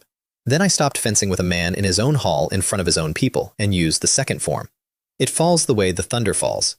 It came down on his raised axe and drove the whole thing through. Jiao went over the arm of his own chair backward, and his spine made a sound that ended the fight and most of him. 60 people watched it happen and did not move for about a second and a half. Then the hall came at me. I want to describe what a fight against 60 people is actually like, because I had never done it before that night, and the stories get it wrong. It is not a wave. 60 men in a stone hall cannot all reach you, so what you get is a front rank of 4 and a lot of shouting, and the entire skill of it is refusing to be moved into the middle of the room. I put my back into the corner by the chair where the fireplace was, and I let them come to me 4 at a time for about 10 minutes. 8 of them figured it out and started throwing things. Someone put a spear through my thigh from across the hall. Somebody else got a torch into the roof beams, on purpose or not. After that, the whole thing happened in a building that was on fire, which suited me better than it suited them. They had families in that fort. I did not. The far door went at some point, and about a third of them got out through it. I let them go. I want to be honest that this was not mercy. 11 women were still sitting tied against the wall on the other side of a burning hall. Every second I spent chasing a man down a corridor was a second a roof beam had to hold up over somebody who did not deserve it. Then the fort. 300 and something, in the dark, in a walled stockade with 2 gates, and I did that the way you do a thing like that, which is slowly and in stages and without any part of it being impressive. The last one I found was a boy about 14, in the stables. He came at me with a pitchfork, then he stopped and put it down and started crying. I stood in the doorway with a sword in my hand and looked at him for a long time. I let him go too. I have never told anybody that, and I have never once been sure it was right. Around dawn, I cut 11 women loose in a hall full of what used to be an army. 10 of them ran. That's correct behavior, and I'd have told them to do it. The 11th one stayed. She was about my age. She had rope burns on her wrists, and somebody had hit her across the face at some point in the last day. She stood in the middle of that hall and looked at the floor of it for a while. Then she looked at me. "You're the one who came up the mountain," she said. "Yes." "Why?" "An old woman under a wall asked me to." Something went through her face. She put a hand out and steadied herself on the back of a chair. I gave her a minute. She took it and used it and put it away. "That was my grandmother," she said. "Her name was Mei Li. She walked back down the mountain with me, and we buried what was left of her village over the next day and a half, and she did all of it, and she would not let me do more than dig. She had been raised by that old woman since she was small, because she was not born in that village. Somebody had left her there as an infant, wrapped in a blanket, on the step of a house, and the only thing that came with her was a bead. She showed it to me on the second night, sitting on the step of a burned house. It was jade, and it was green, and it was on a cord around her neck, and it was warm to the touch, which jade is not. They said it's worth money, she said. Grandmother wouldn't sell it, even in bad years, even when we ate bark. She said it wasn't mine to sell. She closed her hand around it. It's the only thing I have from whoever they were. I looked at that bead for a while. I want to record here that I had, at that point, an art with no rank on it, a storeroom, a dead sect, 5 10-star martial spirits, and an innate realm general who knelt in the street. And I looked at a warm green bead on a cord and could not tell you one single thing about it. And I remember thinking that this was probably fine and not important. "I'll help you find them," I said. She looked up. "Whoever left you there. If they're alive, I'll find them." I said it easily. That's the part I'd like to go back and adjust, honestly. Not the promise, but how easy it was to make. "It'll take a while. I'm going to be busy." Mei Li thought about that for a while. Then she said, "I'm coming with you. It's not safe. I was in a fort on Jiao Mountain 3 days ago," she said. "You can tell me a lot of things, but you cannot tell me about safe," which was fair. "I can't cultivate," she said. "I never awakened. There's no spirit in me. The town tester came through when I was 13, and he didn't even finish the reading." She said it flatly. No self-pity in it at all. The way you'd state a fact about the weather. "So I'm not going to be any use in a fight, and I know it. I can cook. I can read. I can keep accounts better than anybody you have. And I am not going to sit in the village and wait to be taken again." I thought about my brother, who spent 10 years at a wall with nothing behind him. "Fine," I said. "Fine?" "Fine. Keep up." She kept up. That's the whole story of the next month, honestly. She kept up. The Star-Picking Tower's Luoyang branch holds an auction 4 times a year, and it is not like the GTN Sect's auction in the way that an ocean is not like a bucket. 6 floors, private boxes on the upper 3. The floor of the hall holds 800 people, and every single one of them has money. And the currency is not gold, because gold is what you buy vegetables with. The currency is spirit stones, and there are low grade and middle grade and high grade, and a single high grade spirit stone will buy a house in Longmen Town. I took a box on the 4th floor. Chen Wu arranged it, over my objections, by informing the Star-Picking Tower that the garrison would like a box, which is a sentence that ends conversations. Lot after lot went past. Weapons, pills, a Zhuan rank art that went for 80 middle grade stones. My father sat in the back of the box with a cup of tea and did not touch the tea. My brother stood at the rail the entire time, making small, horrified noises about prices. Then they brought out lot 31, and something in my chest woke up. It was a sealed jade case about the size of a lunchbox, and there was something in it that made the air over the auctioneer's table shimmer. 3-star demon fire, the auctioneer said, extracted from a flame rhinoceros in the southern range, certified by the Alchemist's Hall. Opening bid, 100 high-grade spirit stones. And the red sphere in my soul sea, the one that had been dark and quiet and asleep since the day a stone pillar lit up under my hands, sat up. I want to describe this accurately because it was violent. The white tigers hung hunger is a cat at a refrigerator. This was not that. The red one came awake all at once and threw itself at the front of my skull. I had to put a hand on the rail of the box. My brother asked if I was all right. I said fine, in a voice that was not fine. 4 other spheres, all dark, all waiting on their own specific meal, and I had just been handed the menu for the second one. 150, said a box across the hall. 200, I said. There was a small silence, because 200 high-grade spirit stones is a number that gets a room's attention, and because the voice that said it was 16. 220, said the box across the hall. Now, I want to introduce this man properly, because he is going to be with us for a while. Hao Jian, heir of the star-picking tower, which is to say, heir of the auction house. He was bidding in his own building on his own floor with his own money, which meant every stone he spent came back to him minus a fee, which meant he could sit there all night. He was also 22, 9th stage body tempering, and possessed of the specific confidence of a man who has never once been told no by anyone whose name he could remember. 250, I said. 300, he said instantly, and then leaned out of his box so the whole hall could see him do it, and added, the tower would hate for a guest to overextend himself. 800 people laughed. 400, I said. The hall stopped laughing. 400 high-grade spirit stones is not a price for a 3-star demon fire. It is roughly 4 times a price for a 3-star demon fire. It is the sort of bid that makes the auctioneer look at his own hammer and check it is still a hammer. Hao Jian sat back in his box and let it go. I watched him run the calculation. In his own building, in front of 800 people, there is losing a bidding war to a child. And then there is winning one at 400 stones. Sold, the auctioneer said, at some speed. They bring your purchase to you afterward, downstairs, at a counter, which is the one thing the star-picking tower does exactly the same in Luoyang as it does in Longmen Town. Hao Jian was waiting at the counter with the case in his hands and about 30 of his people behind him. 400 stones, he says. He turned the jade case over and over again. Do you know what 400 high-grade spirit stones is? It's a spirit vein. It's a small sect's entire reserve. And you spent it on a 3-star fire that any alchemist in this city would tell you is worth 90. Congratulations on the fee. I'm trying to help you, he says warmly. You're clearly new. Somebody has taken advantage of you tonight, and I feel partly responsible. Then he opened his hand and dropped the case. It hit the marble and skidded about 8 feet and came to a stop by a pillar, and 30 of his people made a small approving noise, and the 50 other people in that lobby stopped walking. Pick it up, Hao Jian said. I looked at the case, then at him. You pick it up, I said. Excuse me? You dropped it. It's yours until it's in my hand. That's how a sale works. Your own building's rules are on the wall behind you. I put my hands in my sleeves. So walk over there and bend down and pick it up. Hao Jian stopped smiling. I want to be extremely clear about what was happening in that lobby, because on the surface it was 2 young men being petty about a box. It was not that. There were 50 witnesses and every one of them was going to tell somebody, and whichever one of us bent down was going to be a story in that city by morning. Neither of us moved for about 6 seconds. Then a hand landed on my shoulder and another one landed on his. The star-picking tower's security had arrived. 4 men in gray with the tower's mark, and the senior one had the tired voice of a man who does this every auction night. Gentlemen, he said. Not in the lobby.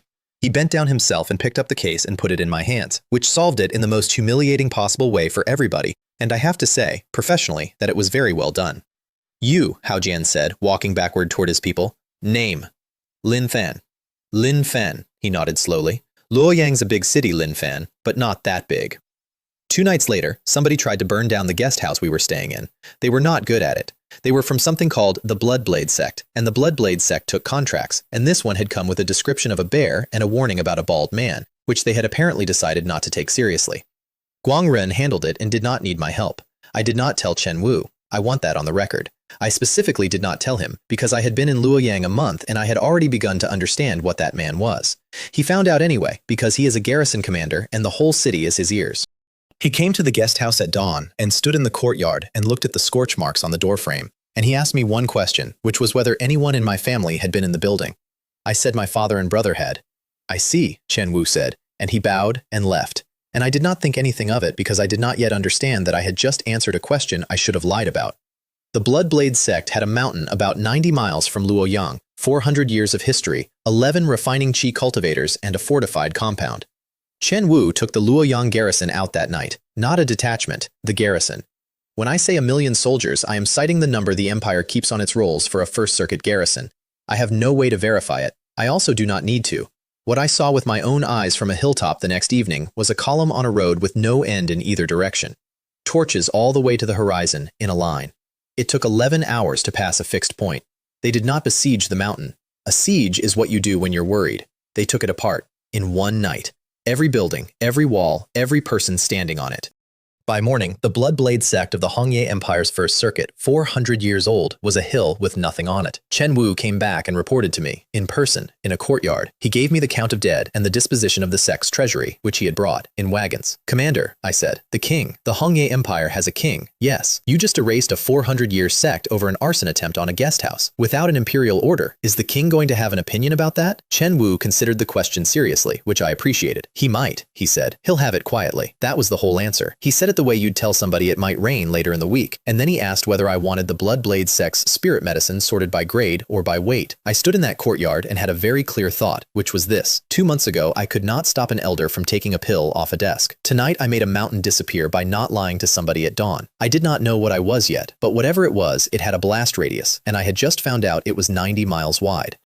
The Lingtian sect came to Luoyang that week to recruit, and they set up in the central square with a testing pillar and a table and 2 elders, and there was a line around the block before sunrise. I need to explain the Lingtian sect because everything after this is about them one way or another. They are the strongest sect in the Hongye Empire, not the strongest in Luoyang, not the strongest in the circuit, the kingdom. They take disciples once every 3 years, and the entry requirement is a 7-star martial spirit. In practical terms, that means about 9 people out of an empire of millions. And the year they came to Luoyang, they came because a rumor had reached them that the first circuit had produced 2 7-stars in 1 generation. I was not in the line. I was buying rice. What happened was that Mei Li was with me, and one of the Lingtian sect's junior people was working the crowd handing out tokens, and he stopped her in the street and asked her to step to the pillar. That's protocol, apparently. They test everyone under 20 they see, because a 7-star with no family is exactly the disciple a sect wants most. I never awakened, she said. That's what the pillar is for, he says. I was tested at 13. He didn't finish the reading. Then it will take 4 seconds. She put her hands on the pillar. Nothing happened. The pillar sat there. The junior disciple made a note, thanked her politely, and turned to the next person. Mei Li took her hands off the stone and walked back to me and picked up the rice. Her face did not change at all. I watched her ears go red. Don't, she said. I didn't say anything. You were going to be kind about it. Don't. We were 9 paces from the edge of the square when the same junior disciple caught up with us and asked me to step to the pillar. I want to make it clear that I said no, twice. I had spent 2 months carefully being a person that nobody wrote down, and the last thing I needed was a testing pillar in a public square. He was extremely persistent about it, in the manner of a young man doing a job in front of his elders, and it eventually became a scene, and a scene was worse than a reading. So I put my hands on the pillar and I let out exactly 1 star. That's a thing I can do, incidentally, and it took me a lot of practice. The tiger is mine, the stars are mine, and I can show as many of them as I want, and no more. 1 star came up over the pillar, the most useless possible result. The junior disciple's face did something complicated, and he wrote it down, and I took my hands off the stone. And behind us, at the table, one of the 2 Lingtian sect elders stood up. He was old and thin, and he had the particular grayness of a man who has spent 40 years indoors on purpose, and he had not looked at the pillar. He was looking at me. Boy, he said, come here. Elder, he tested at 1 star. Be quiet, Yun. The old man came around the table. He walked up to about 3 feet from me and stood there, and I want to describe the sensation because I had never had it before. It was like being read. Something came off him and went over me and through me, and I felt it stop at my chest and go all the way in. He tested at 1 star, the other elder said, joining him. He tested at what he wanted to test at, the old man said, which is the interesting part. He tilted his head. Young man, I am not going to make trouble for you in a public square. Please give me one honest look, and then we will both go about our day. I have thought about why I did it, and the honest answer is that I was curious. I had been on a mountain where the strongest man alive was refining chief first level, and then I had met an innate, and I wanted to see what happened. I let the tiger out. Not all the way. It came up behind me, the size of a horse, white, with the king mark on its forehead, and all 10 stars ignited over its back in one go. The central square of Luoyang City stopped. Elder Yun, who had been standing there defending the results of his own pillar, sat down, directly onto the cobbles. He did not fall, he simply lost interest in standing. And the old gray one went to his knees. 3rd time this month, I said. Sect master, said Guangren behind me. Nothing, it's a thing I say now. The old man on his knees in the middle of the square said, 10 stars. 9, I said. The pillar's poorly lit. 10 stars. He said it again to himself with his hands on the cobbles. The Lingtian sect has 1 7-star. 1. He is the pride of the sect and we have built 40 years around him. 10 stars is not a rating. There is no 10. The scale was written by the alchemist Hall 800 years ago, and it stops at 9 because 9 was the largest thing anybody had ever seen. Please get up. People are looking. They got up. They also spent the next 20 minutes trying to recruit me in a public square with increasing desperation. I told them I would think about it. Elder Yun gave me a jade token with a mountain on it and made me promise to keep it. I put it in my sleeve and forgot about it for 2 months. That's the last I want to say about the Lingtian sect for a while. Remember the token, it comes back. That night I opened the jade case. I had waited 3 weeks to do it because I wanted stone walls and no neighbors. The garrison had a training chamber under the west barracks, carved into bedrock, with a door 8 inches thick. The demon fire came out of the case as a ball of red about the size of an apple, and it sat in the air in front of me, spinning slowly, and everything in the room started to smell like hot iron. 3-star demon fire. The auctioneer had called it a curiosity for alchemists. Any rank 3 alchemist in the Empire would have paid 90 high-grade stones for it and used it to raise the temperature of a pill furnace, and that is the entire recorded purpose of the thing. The red sphere in my soul sea went for it like a dog going through a screen door. It came out of my chest as pure light with no shape at all, and it hit that demon fire and swallowed it, and then the room went red. I would like to describe the next hour with dignity, but what actually happened is that I lay on the floor of a stone room under a barracks and cooked, not metaphorically. My skin went the color of a boiled crab. The stone under me was hot to the touch by the end. My hair, which had gone white at the front from the golden summit and had grown back black, went white again in a different place, and I have been two-tone ever since, which Mei Li finds hilarious. And in my soul sea, the second sphere took shape. It came out of the red light with wings. Not the dry gray wings of the man who sat on a pile of my sect's disciples. Wings of fire, and a long tail of fire, and a crest, and a body like a bird made out of a furnace, and one single star ignited above it. Vermilion bird. 1 star out of 10. 1 star. And it was already close to the strength of the white tiger at 4. I sat up on the floor of that room with steam coming off me and did the arithmetic on what a 10-star vermilion bird was going to be and had to lie down again for a minute. Then 2 more things happened in quick succession, and they were both large. The first was that the wall between body tempering and refining chi came down. I want to say something about this wall. The Jitian sect had 400 disciples. About 200 of them were somewhere in body tempering and had been for years. The ones at the 9th stage had been at the 9th stage for a decade, and Grand Elder Huang at the Golden Summit Gate was the only person in 100 miles who had ever gotten over it. It is the wall that ends most cultivators. You need a rank 5 pill, or a spirit vein, or 40 years. Most people get none of those. I had a bird made of fire in my chest that had just eaten the demon fire and was radiating heat into every meridian I had. The wall did not come down so much as evaporate. First level of refining chi, on the floor of a training room, 3 months and 11 days after being struck by lightning in a chair. The second thing was smaller, and I nearly missed it. When I got up, my right hand was warm, not burned. Warm from the inside, the way a cup is warm, and when I turned my palm up and thought about it, a flame came out of it and sat there. It was about the size of a walnut, and it was red at the edges and white in the middle, and it did not burn me, and it did not burn the table when I put my hand down on it. It burned nothing at all until I told it to. I sat in that room with a small flame in my palm and thought about it for a long time. Then I went upstairs at 4 in the morning, woke up the old alchemist the garrison keeps on retainer, and asked him a question. He came out of his room in a nightshirt, extremely annoyed, and I held up my hand. He stopped being annoyed. "That's a pill flame," he said. "What is it?" "That's a pill flame." He was fully awake now. He came around the table and got hold of my wrist and turned my hand over like it was an object. That is what an alchemist spends 30 years in everything he owns trying to condense.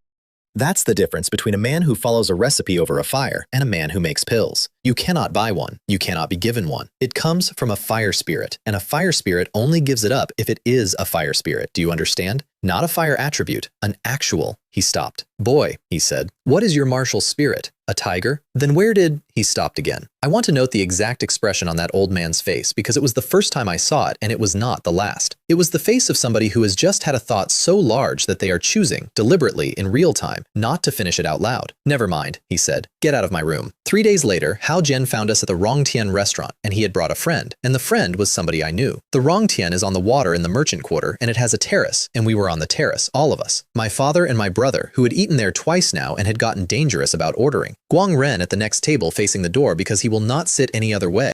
Mei Li doing the accounts, because she had in fact turned out to be better at keeping accounts than everybody I had, and had started using the phrase "our reserves" in a way that made me uneasy.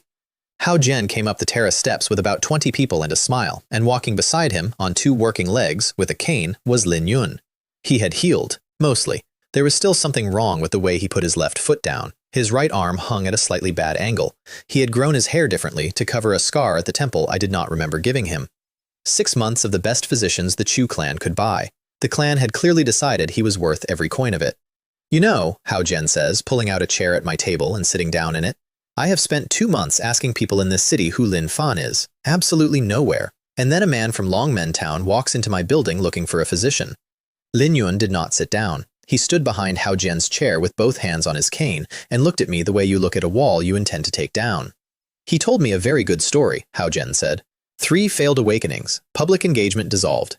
Called trash by an entire sect for 8 years. He put his elbows on my table. That's not an insult, by the way. I'm relieved. I thought you were somebody. Say what you came to say. Fine. He turned his head and looked at Mei Li, who was still writing. He looked at her for about 4 seconds and did not look away, and the terrace got quiet, and then he said, "The tower is prepared to be generous. 100 high-grade stones, and I forget the lobby, and I forget the 400, and you go back to whatever hill you're from, a wealthy man." Mei Li put the brush down. "I want to make sure I have understood you," I said. "I think you have. Say the whole sentence out loud, on the terrace, with your 20 people listening." Hao Jian smiled and said the whole sentence out loud on the terrace with his 20 people listening. So I slapped him. Open hand. Not a technique, not true chi, nothing that would have killed him. I hit the air of the star-picking tower across the face with an open palm at the first level of refining chi. He went out of the chair, across the terrace, and into the rail. The rail held, which was lucky for the fish. 20 people went for their weapons, and Guangren stood up, and nobody drew anything. Hao Jian got up off the boards. There was blood coming out of his nose, and his ear on that side, and 3 of his teeth had gone into the river.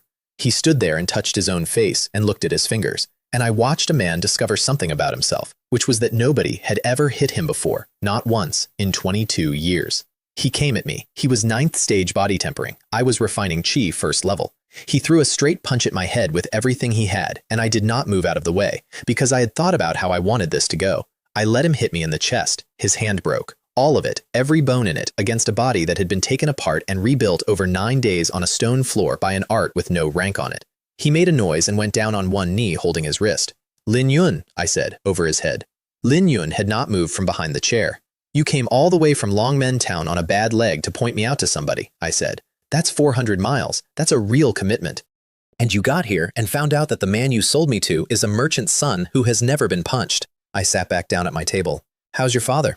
He left without answering. The star-picking tower's answer arrived the next morning, and it was formal, which I had not expected. A carriage, an escort, and a man in his 60s who came up the guest house steps alone and introduced himself as Hao Kai, master of the star-picking tower, and asked whether he might sit down. He had a very pleasant manner. He complimented my father on his sons. He drank the tea, and then he set a folded document on the table and slid it across with 2 fingers. "My son is an embarrassment," he said. "I want to be clear that I know it. He has been an embarrassment since he was 9, and I have paid for all of it. And this week, he has cost me 3 teeth, a hand, and the story that is currently going around my own auction floor." He tapped the document. "But he is my son, and a merchant house cannot have it said in Luoyang that a boy from a hill town knocked the star-picking tower's air over a rail and then went about his business. So, a match.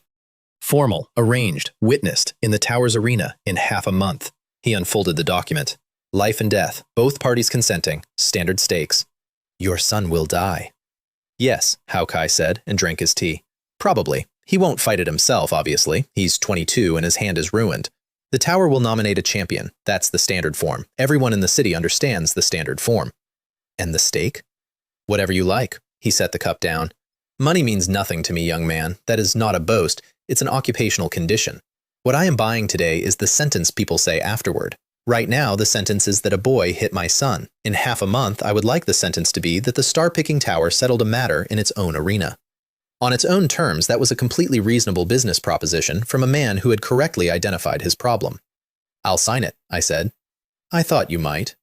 "One question." I picked up the brush. "Who's the champion?" Hao Kai smiled at me over his teacup, and for the first time that morning, there was something behind it. "My nephew," he said.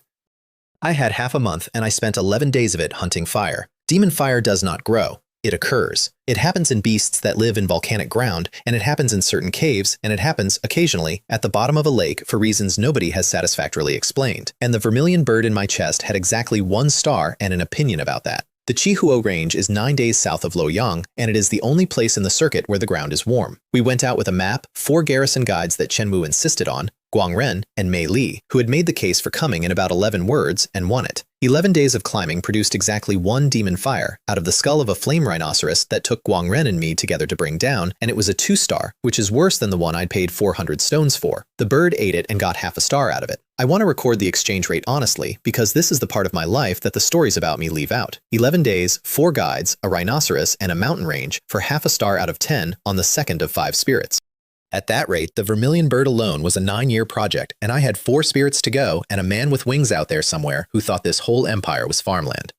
It did push me to the 2nd level of refining chi, which was something. We came down out of the Chihuo Range on the 12th day, and they were waiting for us in the pass. 31 of them, I counted afterward. They had the high ground on both sides, and they had been up there long enough to have eaten. They were not star-picking tower people. They were contractors. Every one of them was at least 9th stage body tempering, and 4 of them were refining chi. The 4 garrison guides died in the first 8 seconds, and it was not their fault. 2 arrows came out of the rocks with something on the heads that made the air shimmer. Guangrun caught one on his forearm and took the other in the side. I heard the order that came down off the ridge, and I want to quote it exactly because it told me who had paid for this.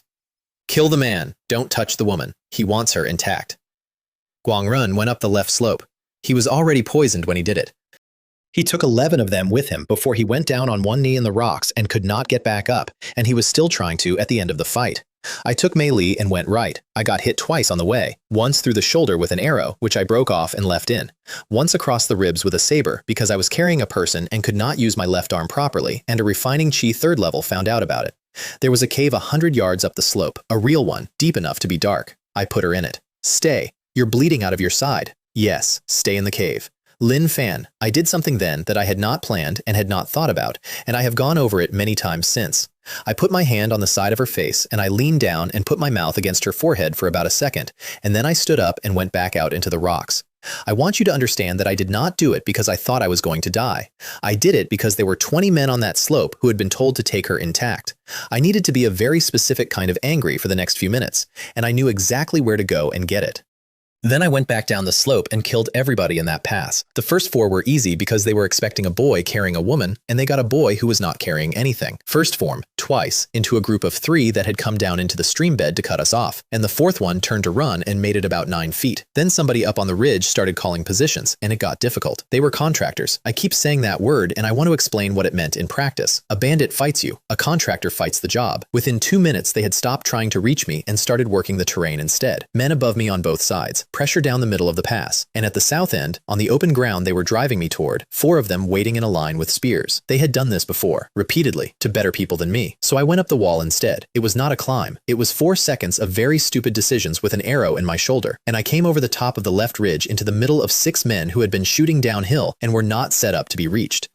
2 of them had time to turn around. The other 4 had bows in their hands, which, in a space that size, is the same as having nothing in your hands. That was where I lost the use of my left arm properly. One of the 2 who turned got a knife under the arrow shaft and worked it, deliberately, which is a professional's move and hurt more than anything that had happened to me since a 10-star tiger tore my meridians open on an awakening platform. I put him off the ridge. The last 11 took the longest. By then, the 4 who mattered had come up, and the 4 who mattered were refining chi, and refining chi against refining chi is not a demonstration. They boxed me against a rock face and worked me the way you work a wall you intend to take down. In turns, patiently, ribs, hip, ribs again, and then across the back of the leg. At some point, I stopped being able to hear properly out of one ear. The one who did the calling was standing back from it giving instructions and had been the whole night. Somewhere in there, I stopped trying to win the way I had been trying to win. I had been fighting them with the first form and the second, which is a draw and a fall, and both of those go out and down and forward, and every single one of them had spent the last 20 minutes learning what my hands do, so they had gotten above me. All 4 of them, on the rocks, working down. And there was a third form I had been failing at for 2 months. It goes up. That is the whole thing. The art says it must rise the way heat rises off a fire. I had been reading that sentence for 2 months as poetry. It turned out to be an instruction, and the reason I had never made it work is that I had never once been in a position where up was the only direction left. I got it on the 14th minute, on a man who thought he was behind me and above me, and it took him diagonally from the hip and did not slow down at the top. The other 3 came apart over the next 90 seconds because they did not have a guard for a cut that arrives from underneath. The one who did the calling ran. He got about 200 yards up the pass in the dark, which was good, and then he stopped, which was not, because he wanted to see whether he was being followed. He was. At the end of it, there was nobody standing in that pass except me. I got Guangren sitting up against a rock and got the poison out of him with a nick, a rank 3 pill, and about an hour. He apologized 11 times. That was 10 more times than he had ever spoken to me in a day. And then, I sat down in the middle of 31 bodies to catch my breath, and the vermilion bird woke up. It came up out of my chest so fast I thought I had been hit again. Fire came off it in a sheet, and it went past me, and it landed in the middle of that pass among all those dead men, and it opened its wings. Understand, I did not know what it was doing. I want that on the record. I thought it had gone wrong. The bodies burned, not with normal fire. There was no smoke, and there was no smell, and there was no ash. Everything that had been a man in that pass came apart into red light over about 40 seconds, and every bit of that light went into the vermilion bird, and the bird got brighter and brighter and brighter. The second star came on, then the third. 31 corpses, and I watched the number go from 1.5 to 3, which is more than 11 days in a volcanic mountain range with 4 guides and a rhinoceros had produced. The bird came back into my chest and settled and slept. I sat in an empty pass in the dark with an arrow still in my shoulder and started to laugh and could not stop for a while. Mei Li came out of the cave and found me doing it. She did not ask. Here's the thing about the white tiger. It eats spirit medicine, and spirit medicine is grown, and it is bought, and it is rare, and it costs 400 high-grade spirit stones a crate on a bad day. Here's the thing about the vermilion bird. It eats the dead, specifically and only the dead who cultivated, whose bodies still hold true chi when the man in them stops. 20 of those is a rank. 31 had just given me a rank and a half in under a minute, and the world had spent 3 months going out of its way to teach me one thing. This empire is never going to run out of people who send other people to kill me. I sat in that pass and understood, completely, for the first time, what I actually was.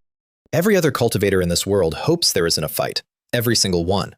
That is the base condition of everybody I have ever met. I want the fight. I want the ambush. I want the 31 men in the rocks with poisoned arrows, because when they are finished being men, they are groceries, and I am the only person on this continent for whom a battlefield is a meal. I used to spend a whole day cleaning 3 bodies out of a room with a bucket. Now bodies are shopping.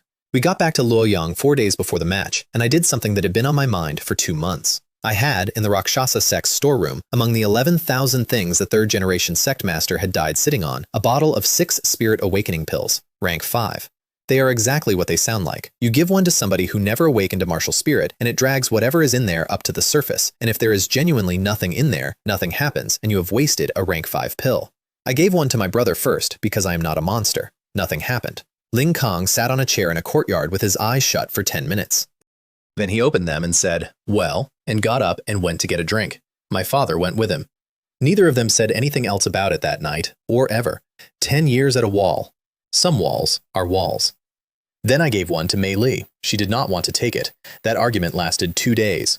Her position, which she stated about 11 times, was that a rank 5 pill was worth more than her entire village, and that spending it on a 19-year-old who had already tested empty twice was not a decision, it was sentiment. She used the word sentiment like a diagnosis. She took it in the end because I told her I would keep bringing it up. She sat down in the middle of the courtyard and swallowed it and closed her eyes, and nothing happened for 4 minutes. Then the bead on the cord around her neck cracked in half. It made a sound like a knuckle, and it came apart into 2 pieces and fell out of her collar, and what came out of it went straight up into the air over that courtyard and turned into a shape. It was a plant. That's the only word for it. A small, green thing with 3 leaves floating over her head. Not a tiger, not a python, or a hawk. A 3-leaf clover about the size of a hand, turning gently, and it looked so completely harmless that my brother actually laughed. 3 stars ignited over it. 3 stars is genuinely good. 3 stars in Longmen Town would have made her the 2nd most important person in the town. And then 7 more stars came up behind the first 3, and they were black. Not dark, not unlit, black, and they burned, and looking directly at them made my eyes water, and the air over that courtyard went cold enough that the water in the horse trough skinned over. Chen Wu had come by that afternoon to talk about the arena arrangements. He was standing at the courtyard wall with a cup in his hand, and he did what he always does with a threat, which is that he put himself between it and me without thinking about it, and his martial spirit came out. I had never seen it. Innate 2nd level, 130 years old, and his spirit materialized in that courtyard as an actual physical animal, a rhinoceros the size of a cart, gray and armored and steaming, with 7 stars over its back. 7 stars. Physical, standing on the flagstones with its own weight. The little green clover over Mei Li's head turned slightly, the way a flower turns, and the 7 black stars behind it flared, and Chen Wu's rhinoceros backed up. I watched a 7-star innate realm martial spirit take 4 steps backward across a courtyard away from a houseplant, and then dissolve into light and go back into a 130-year-old general who had gone completely white in the face. Mei Li opened her eyes. "Did it work?" she said. Nobody answered her for about 6 seconds. "Commander," I said. "What is that?" "I don't know." "Guess." "Sect Master. I have been alive for 130 years, and I have seen 11 innate cultivators and 1 Zhenwu realm master at a distance," Chen Wu said, and his voice was not steady. "And I have never seen a black star. There is no black star. Stars are stars." He put his cup down on the wall and missed slightly. That thing looked at my spirit, and my spirit decided to leave. My spirit, which does not make decisions. Mei Li looked up at the clover turning slowly over her head, and then down at the 2 halves of a green bead lying on the flagstones at her feet. "It was in the bead," she said. Yes, it was in the bead the whole time. She picked up the 2 halves. Her hands were not steady either. Grandmother wouldn't sell it. She ate bark one winter and she wouldn't sell it, and she couldn't have known she was a farmer's widow in a village of 40 houses. She closed her hand around the pieces. Somebody put a martial spirit inside a bead and left it on her step with the baby. Nobody in that courtyard had anything to say about that. "You said you'd help me find them," she said. "I did say that. I've changed my mind about it," Mei Li said. "I don't think I want to be found." I have gone over that sentence a great many times since, and I want to be very clear that when she said it, I laughed. The Star-Picking Towers arena is underneath the auction house and it holds 9,000 people, and on the day of the match there were 11,000 in it. They take bets. That's the actual business. The matches are the loss leader, and the book is the product. And by the morning of the match, the book on me had been open for 2 weeks and had settled at 10-1. Against me. I want to be clear about the direction. 11,000 people had looked at a 16-year-old from a hill town nobody had heard of and a star-picking tower champion, and the market had made its assessment. My brother wanted to bet the entire reserve. Mei Li would not let him near the ledger. In the end, I walked up to the book myself, in public, an hour before the match, and put 2,000 high-grade spirit stones on myself at 10-1. That is the single most arrogant thing I have ever done in my life. I would do it again immediately. The clerk taking the bet had to call his supervisor. The supervisor had to call Hao Kai. Hao Kai came down personally, looked at the slip, looked at me, and signed it himself. 20,000 stones if you win, he said. 20,100. You are a very irritating young man, said the master of the star-picking tower, and went back upstairs. Hao Ming came up out of the fighter's gate at noon, and the arena stood up for him. He was 30. That was the first surprise. I had been picturing another 22-year-old with good hair. What they gave me was a grown man with a shaved skull and forearms like bridge cable. He came out onto the sand and did not acknowledge the crowd at all, which is how you can tell somebody is a professional. 6th level of refining chi, 4 levels above me. Nephew of the master, in name, the announcer was saying. 22 matches in this arena, 22 wins, 19 of them fatal. Hao Ming rolled his neck and looked at me. You broke my cousin's hand, he says. I did. He deserved it. He set his feet. That doesn't help you. His martial spirit came out and it was a bull, 5 stars, and it went into him rather than around him, because at refining chi you can do that, and the sand under his feet went down 2 inches. I drew. First form. The draw, which is faster than a thing already coming at you, and I opened with it at a range of 30 feet, which is not what it's for. He took it on his crossed forearms and slid back 4 feet and left 2 furrows in the sand and did not fall. The arena made a noise. High-grade yellow, Hao Ming said, shaking out his arms. That's a good art for a boy from a hill town. It won't do it. Second form. It falls the way the thunder falls, and I put it down on him from above with everything I had. He crossed his arms again. This time, he went to one knee, and the sand around him went out in a ring like something dropped in water. He got up. 2, he said. How many do you have? 3. Then this is going to be short. He came at me. I want to describe what a 6th level of refining chi is, from the receiving end, because I had not fought one before, and I had been quietly confident, and I want to be honest about how that went. He was not faster than me. He was heavier. Every single thing he did arrived with about 4 times the weight behind it that it should have had, and the first exchange put me across the arena, and the second exchange broke 2 of my ribs through a guard I had thought was good. He put me on the sand twice in the first minute. The second time, I did not get all the way up before he was on me. 11,000 people were making a sound like weather, and I got my feet under me somewhere in the middle of that, and I stopped trying to win the exchange, and I did the thing I actually came to that arena to do. Third form. The cut that rises, the way heat rises off a fire. I had gotten it 2 weeks earlier in a rock pass on a man who thought he was behind me.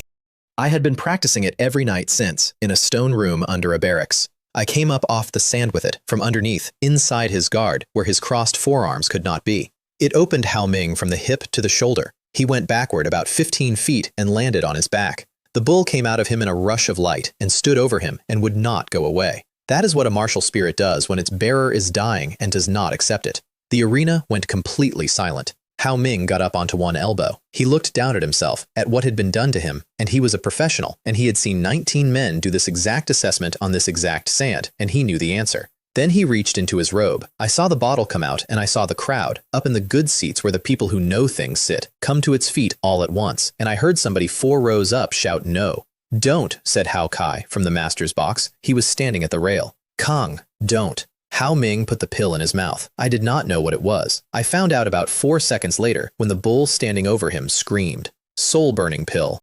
Here's what it does, and I want to lay it out plainly, because it is the ugliest thing I have ever watched happen to a person. It takes your martial spirit, the thing that awakened in your soul when you were 13, the thing that is genuinely a part of you and not a tool, and it burns it, all of it, at once, for fuel. And in exchange, for about 10 minutes, you get 2 full realms. You do not get them back, not the realms and not the spirit. What is left afterward is a man who used to be a cultivator. The bull came apart into fire and went into him, and Hao Ming stood up off the sand with a wound that should have killed him closing as I watched, and his eyes had gone completely white. 8th level of refining chi. He crossed the arena so fast that I did not see see it, and I want to be honest about that too. I did not see him move. I was hit in the chest by something the size of a house, and I went into the arena wall and through the first 2 feet of it, and the whole structure rang like a bell. I got up because of Rakshasa true chi, and for no other reason. 9 days on a stone floor, bones taken apart and put back closer together.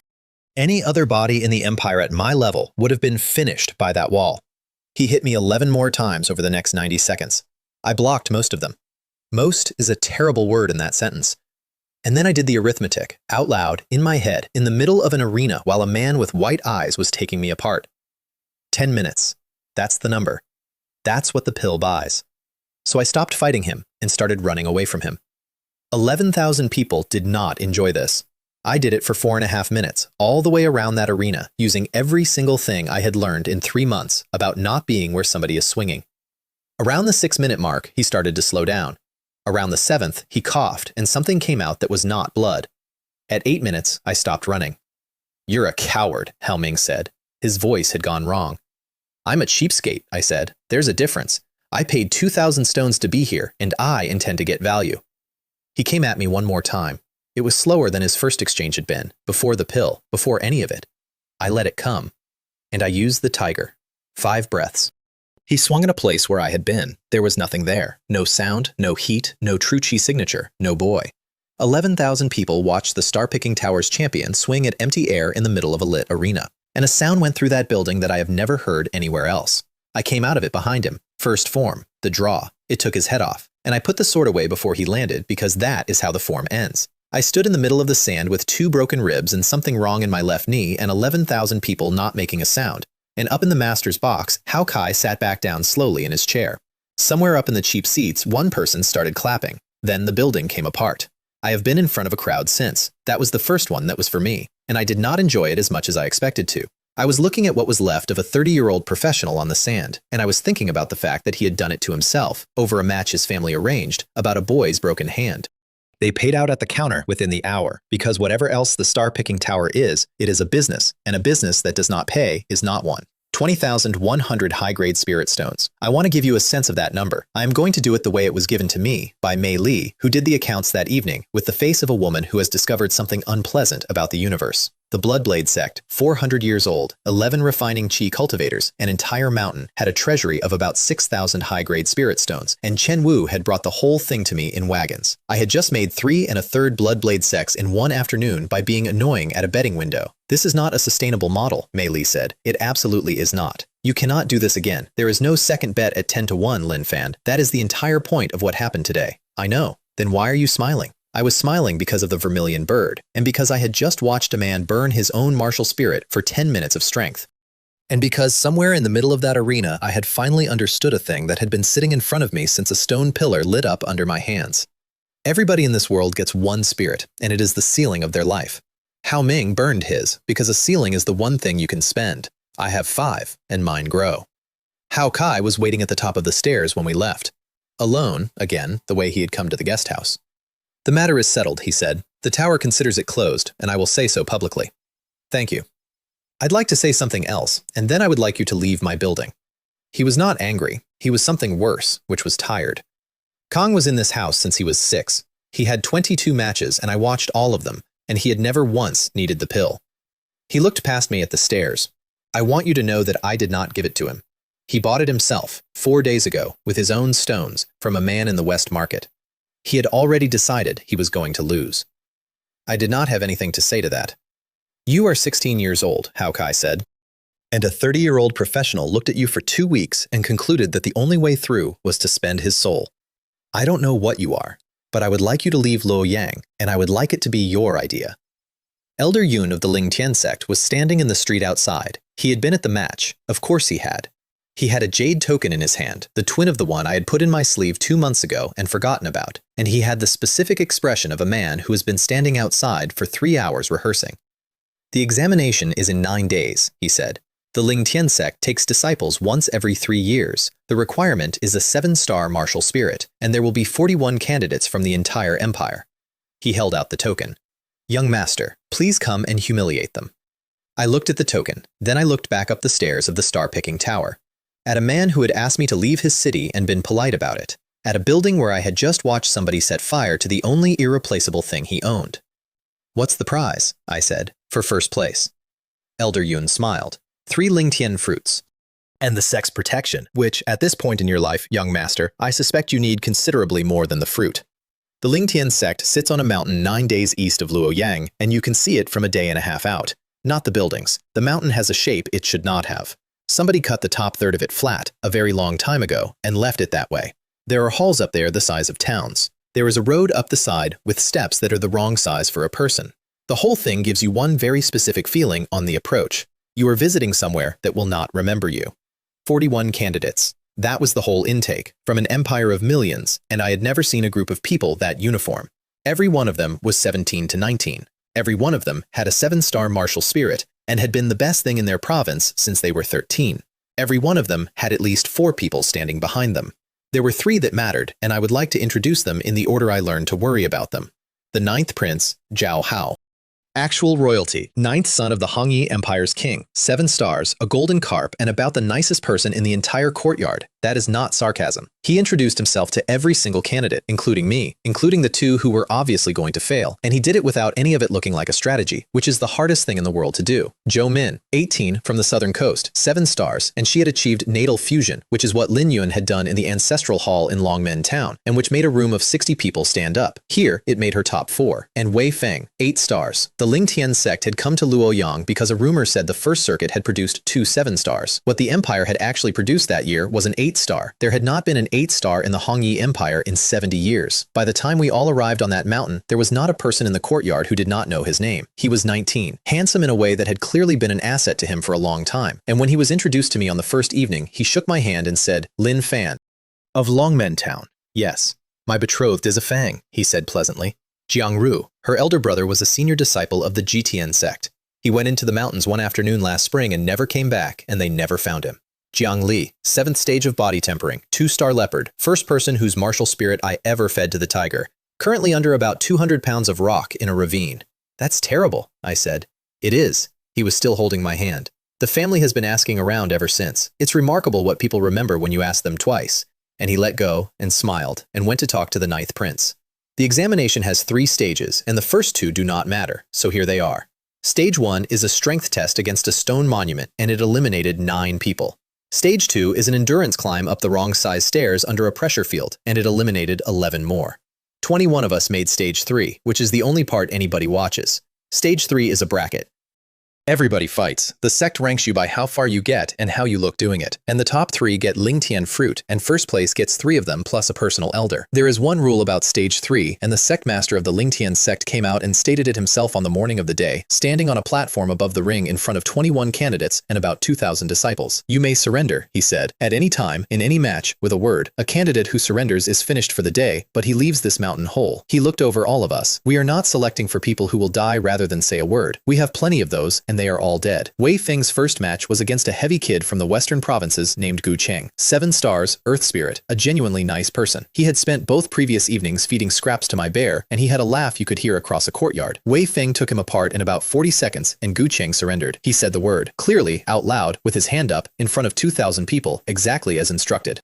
Wei Feng broke both of his legs at the knee afterward, not in the exchange, after. There was a gap of at least 2 full seconds between the surrender and the first knee, and I know how long it was because I was counting the beat of my own pulse at the time, and I got 2. The referee elder came into the ring. Wei Feng stepped back and apologized, immediately and gracefully, and said the momentum of the technique had carried through. The elder looked at him for a long moment. Then he ruled it a technical infraction and deducted points. Points. Gu Cheng was carried out. He is going to walk again, I checked, months later, but he will not cultivate again, and he was 19. Zhou Min was Wei Feng's 3rd match, and she was good. She had natal fusion and she used it properly, and for about 4 minutes it was the best fight of the entire examination, and the crowd was on its feet for it. Then he got through her guard and got a hand on her spirit directly, which is a thing an 8-star can do to a 7-star, and I watched her martial spirit crack. She did not surrender. That was the awful part.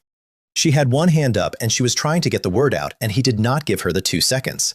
When they carried her out, her spirit was down to 4 stars. It was not going to grow back. Spirits do not grow back. Zhou Min of the southern coast was going to spend the rest of her life at 4 stars, knowing exactly what she had been. The ninth prince, Zhao Hao, went out to the referee's table and objected formally, out loud, using his own name and title, which is the single bravest thing I saw anybody do on that mountain. The elders conferred and deducted more points. I went to the table myself after that and asked one question, which was whether the bracket could be altered. For what purpose? The elder said. I'd like to fight Wei Feng next. I'm in the other half of the bracket. He and I would meet in the final, and there are 2 people between us, and I would rather they didn't have to be there. The elder looked at me with an expression I had seen on Grand Elder Huang at the bottom of 4,000 steps. You are a 1-star candidate who arrived on Elder Yun's personal token, he said. How did you get past stage 2? Slowly. Wei Feng came over to the table himself because, of course he did. I'll take it, he said. Move the bracket. 2 conditions, I said. Name them. First, neither of us can surrender, not at any point, for any reason. Struck out of the rules for this match, in writing, on the sheet, before we start. I looked at the elder. That's allowed. It's the same clause the sect uses for a grudge match, and the star-picking tower used it in Luoyang 2 weeks ago. There was some noise about that from around the table. Accepted, Wei Feng said before anybody could think about it. He was, I want to record, genuinely delighted. And the second? The second is for you, and it's not a condition, it's information. I turned around properly. You've spent 2 evenings telling people on this mountain about your betrothed's missing brother, so let's get it out of the way in front of witnesses. Zhang Li followed me into the mountains outside Longmen town last spring with a saber and told me he was going to leave me in a ravine. He was 7th stage body tempering, and I was 4th. It went the other way. He's under the rocks about 2 miles north of the waterfall, and if the family wants him back, I'll draw them a map. 21 candidates and 2,000 disciples of the Lingtian sect went completely quiet. There, I said. Now it's a proper grudge, and nobody has to be clever about it. The sect master of the Lingtian sect, up on the platform, laughed out loud. They rewrote the sheet. Wei Feng's martial spirit is a qilin. It came out of him in the ring and took up a third of the arena. 8 stars ignited over it in a slow arc. I would like to say for the record that it was the most beautiful thing I saw in my entire first year in that world. There is a reason there had not been an 8-star in 70 years. It is not a number. It is a different category of animal.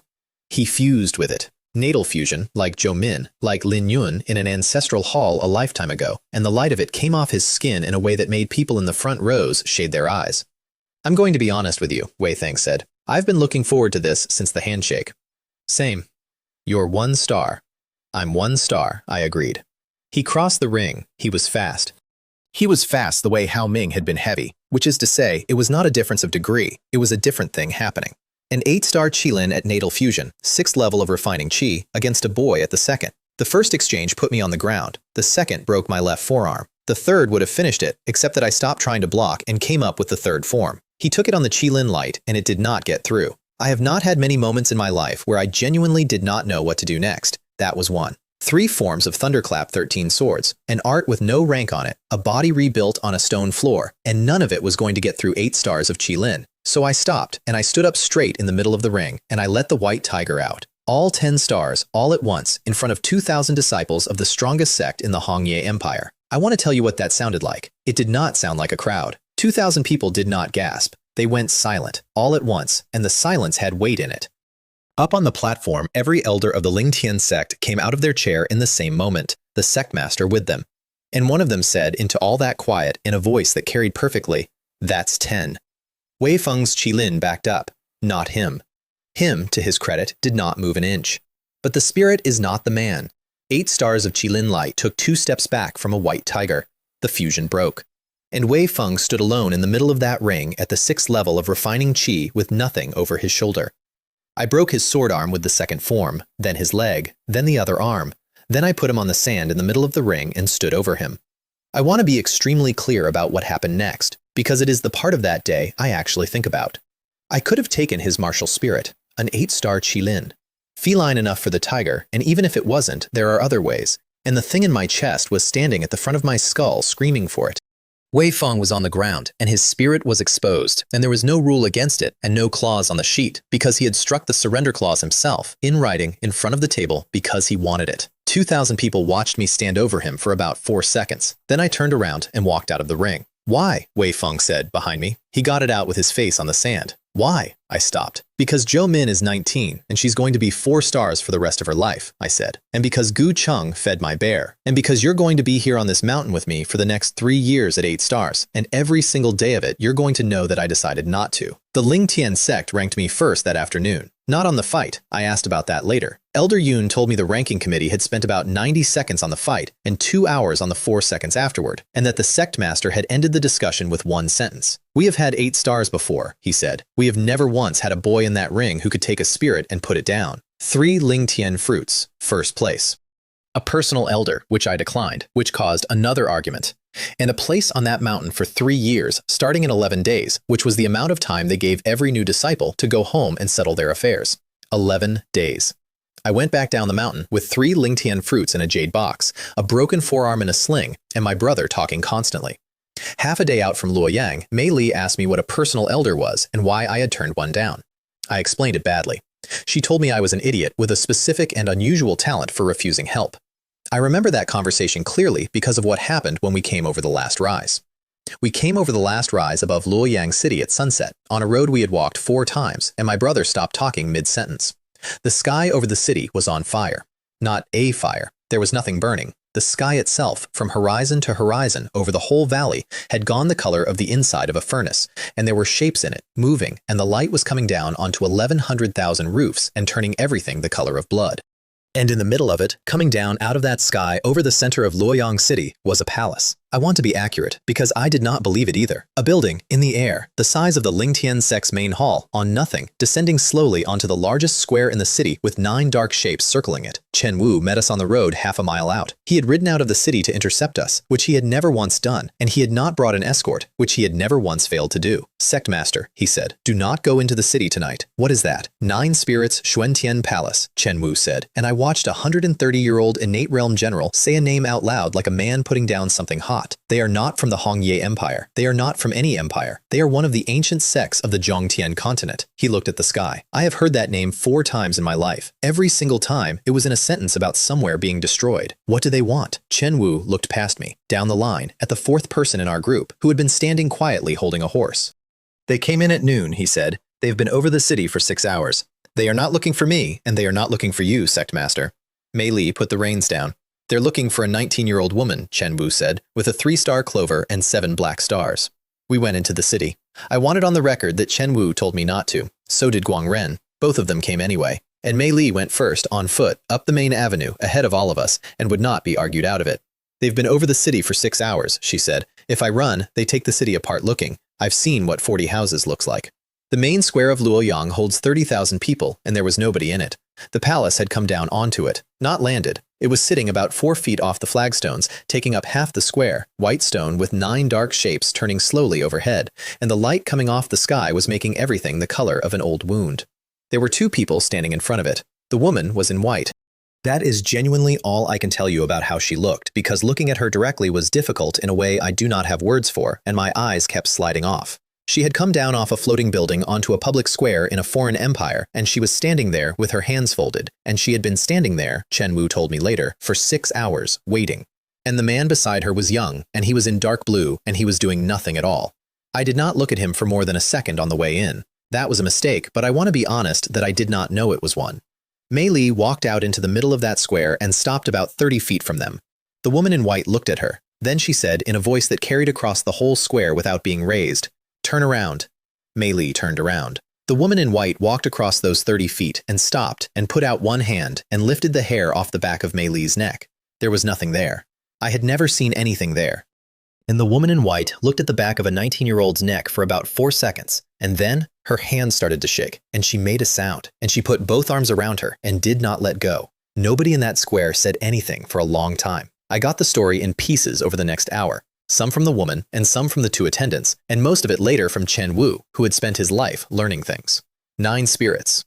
Xuantian Palace does not sit on the Zhongtian continent. It sits above it. The woman in white was the daughter of its palace master, and 19 years ago, she had gone down onto the continent on a matter that got her ambushed by 4 sects at once. She was pregnant. She lost the child, which is to say, she put the child in a bead with a martial spirit sealed inside it, and gave the bead to a maidservant, and told her to run in a direction that made no sense. South, into the Hongye Empire, which is farmland with opinions. The maidservant got about 400 miles. Then she died in a village of 40 houses and an old woman took in a baby. 19 years. They had been looking for 19 years.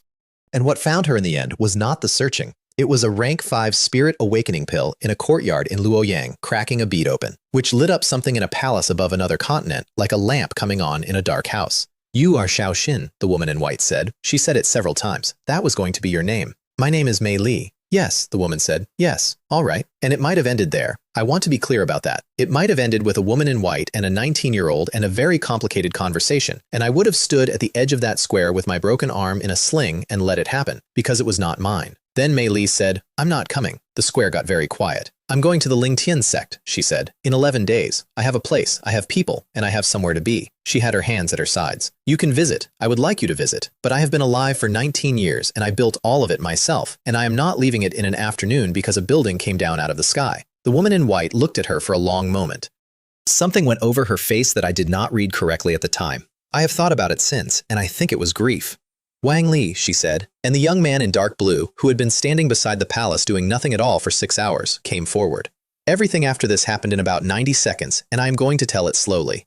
Chen Wu moved first. He had been standing at my left shoulder, and he went across that square at a speed I did not know he had.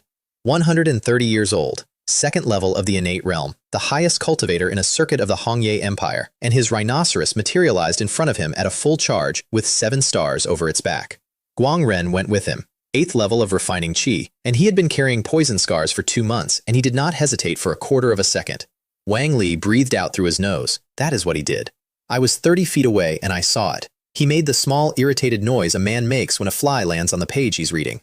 Chen Wu went over my head. The rhinoceros came apart in the air like something made of sand. Guang Ren hit the front of a building on the north side of the square and went through it, and the building came down, and I found out later that he lived, and that it took 4 months. The Grand Commander of the Luoyang garrison landed 60 feet behind me and did not get up.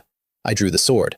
I want to be honest about what was in my head because it was not courage. It was arithmetic, and the arithmetic was wrong, and I knew it was wrong while I was doing it.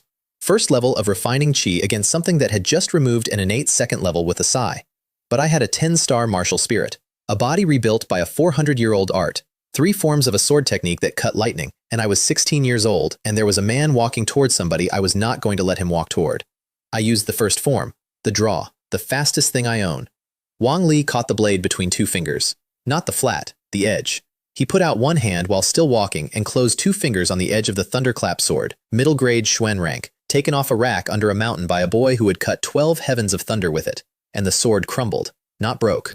Not shattered. It went to powder, from his fingers all the way down to the hilt in my hand, in about a second and a half, and the powder went out across the flagstones in a fan, and I was standing in the middle of the main square of Luoyang, holding a grip with nothing on the end of it. He kept walking. He had not stopped walking. He went past me close enough that his sleeve moved my sleeve, and he did not look at me, and I want to record that because of everything that happened in that square. That is the part that stayed. He did not look at me. Then Mei Li put a piece of my sword against her own throat. She had picked it up off the flagstones. There was 1 shard left that was still a shard, about 4 inches, and she had it in her hand with the edge against the side of her neck, and there was already blood on it. Wang Li stopped. Nobody touches him, she said. The woman in white had gone the color of paper. Xiao Xin. Nobody touches him, Mei Li said again, and her voice did not shake, and I have never in my life been more frightened of anything than I was of how steady it was. You've had 6 hours to look at this city and decide what it's worth. Now look at me and decide the same thing. Nobody moved for a very long time. I'll come, she said. I'll come with you. I'll come today. I'll come without an argument. And nobody in this square gets touched, and nobody in this city gets touched, and the man behind me walks out of here on his own feet. That is not necessary, the woman in white said. That was never. Then say it out loud, Mei Li said, in front of him. The woman in white said it out loud in front of me. They gave us a few minutes at the end. I want to acknowledge that, because they did not have to, and because in every version of this story I would have written before it happened to me, the people from the sky do not give you a few minutes. The rain started while we were standing there. It came in off the west with no warning at all, the way it does in that valley in autumn.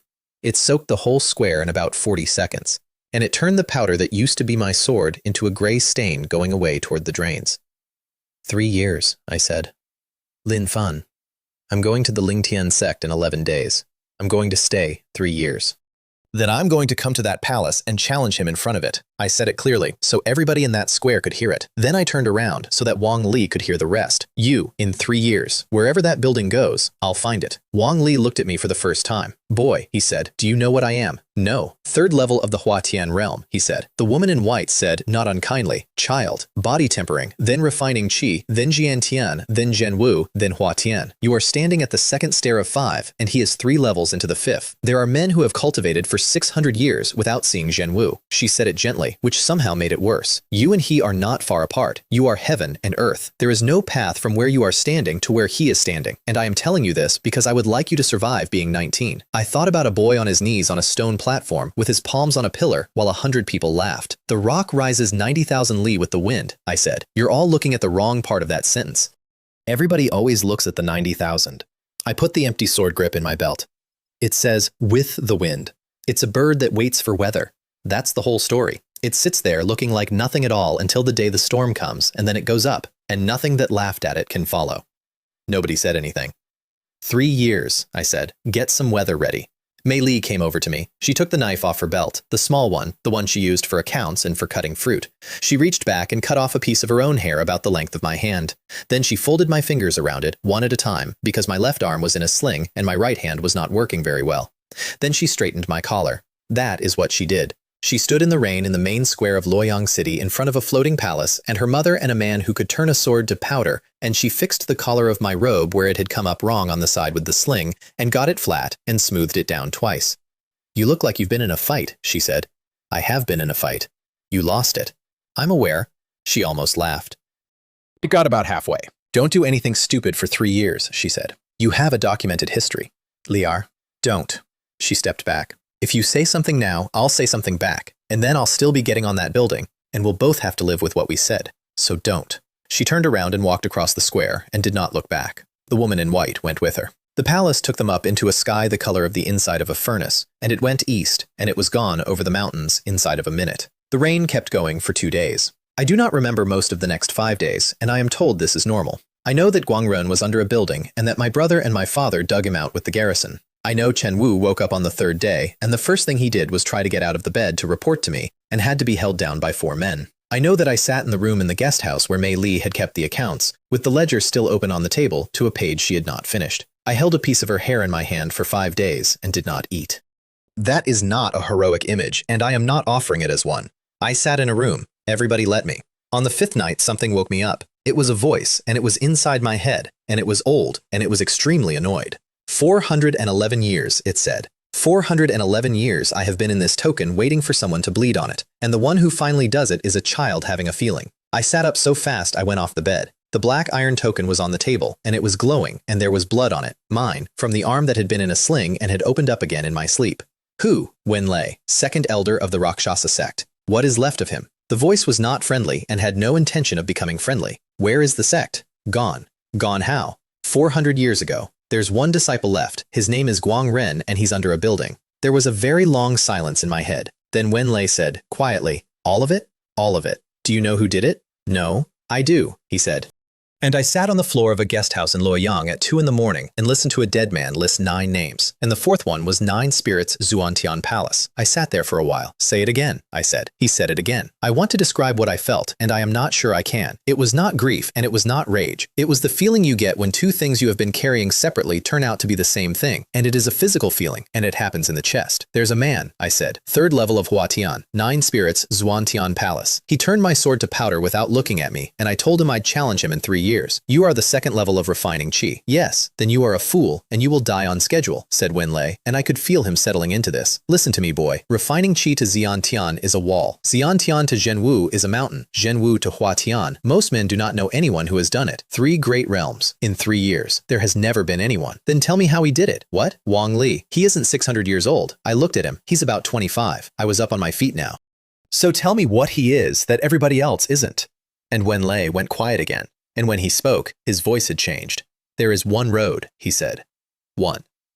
Dual cultivation of alchemy and martial arts. A man who refines pills with his own flame and eats them as he climbs does not climb at the speed of a man. It is the only explanation for a Hua Tian at 25, and it has been the answer every time it has ever happened. So why doesn't everyone do it? Because of what it requires, Wenlei said, and he said it like a man reading a sentence off a wall he had read many times. Twin martial souls. Two spirits in one soul sea, which happens, perhaps, once in an age. And the second of them must be a fire spirit of sufficient grade to condense a pill flame, because you cannot buy a pill flame, and you cannot be given one. In 411 years, I knew of two men who had both. One of them founded a sect. The other one, I held up my right hand and let the pill flame out. It sat there over my palm, walnut-sized, red at the edges and white in the middle, warm and quiet, doing nothing at all, the way it had been doing nothing at all in my sleeve for 2 months while I did not think about it. Then I let the white tiger out into the room, 10 stars, and behind it the vermilion bird, wings of fire, 3 stars and climbing. 2 spirits, one of them fire. Standing in a guest house room in Luoyang City at 2 in the morning in front of a 400-year-old dead man who had gone completely silent inside my skull. There's 3 more asleep behind them, I said. Wenlei did not say anything for a long time. Then he said, in a completely different voice, "Boy, sit down. We are going to have a very long conversation." 6 months ago, I was on my knees on a stone platform with my palms on a pillar while 100 people laughed. The strongest man I had ever heard of guarded a gate at the bottom of some stairs in a town nobody had heard of. Tonight, I stood in a room with 2 burning spirits, an art with no rank on it, and a dead elder in my head reading me a list of 9 names. And a fire in my hand that 400 years of cultivators had told each other could not be given, only earned. 3 great realms in 3 years. I have 11 days before I go up that mountain. Better start early. Packaging. Title 1. Died and woke up as the Sect's trash, so I awakened 5 10-star martial spirits. Description. A high school kid gets hit by lightning and opens his eyes on an awakening platform. In the body of a boy, an entire sect has spent 8 years calling trash, and then the pillar he touches lights up with 5 10-star martial spirits that immediately burn themselves down to nothing. Now he has the strongest soul anyone has ever recorded and the fighting power of a wet towel, and the only way back up is to find out what each spirit eats. This is a full first-person manhua recap of a cultivation revenge story. Reincarnation, a martial spirit that levels up by feeding, a dead sect that answers to a black iron token, and a face slap arc that starts with a broken engagement and ends in front of the strongest sect in the kingdom. Stick around for the last 20 minutes because the first fight he actually loses is the one that sets up everything else. What would you have done in that square? Thumbnail prompt. Split image of the same teenage boy in gray sect robes. On the left, he is on his knees with both palms on a tall black stone pillar, while a crowd of laughing disciples points at him. On the right, he stands upright with a huge white tiger of light rising behind him, a black king mark on its forehead, and a burning ring of 10 golden stars above its back. 4 more glowing spheres faintly visible in the dark behind the tiger. Text block 1, called trash. Text block 2, 10 stars. Text block 3, ×5. Cinematic manhua key art, hard rim light, deep shadows. The left side cold and gray, and the right side blazing white gold. The boy's face going from humiliation to flat calm.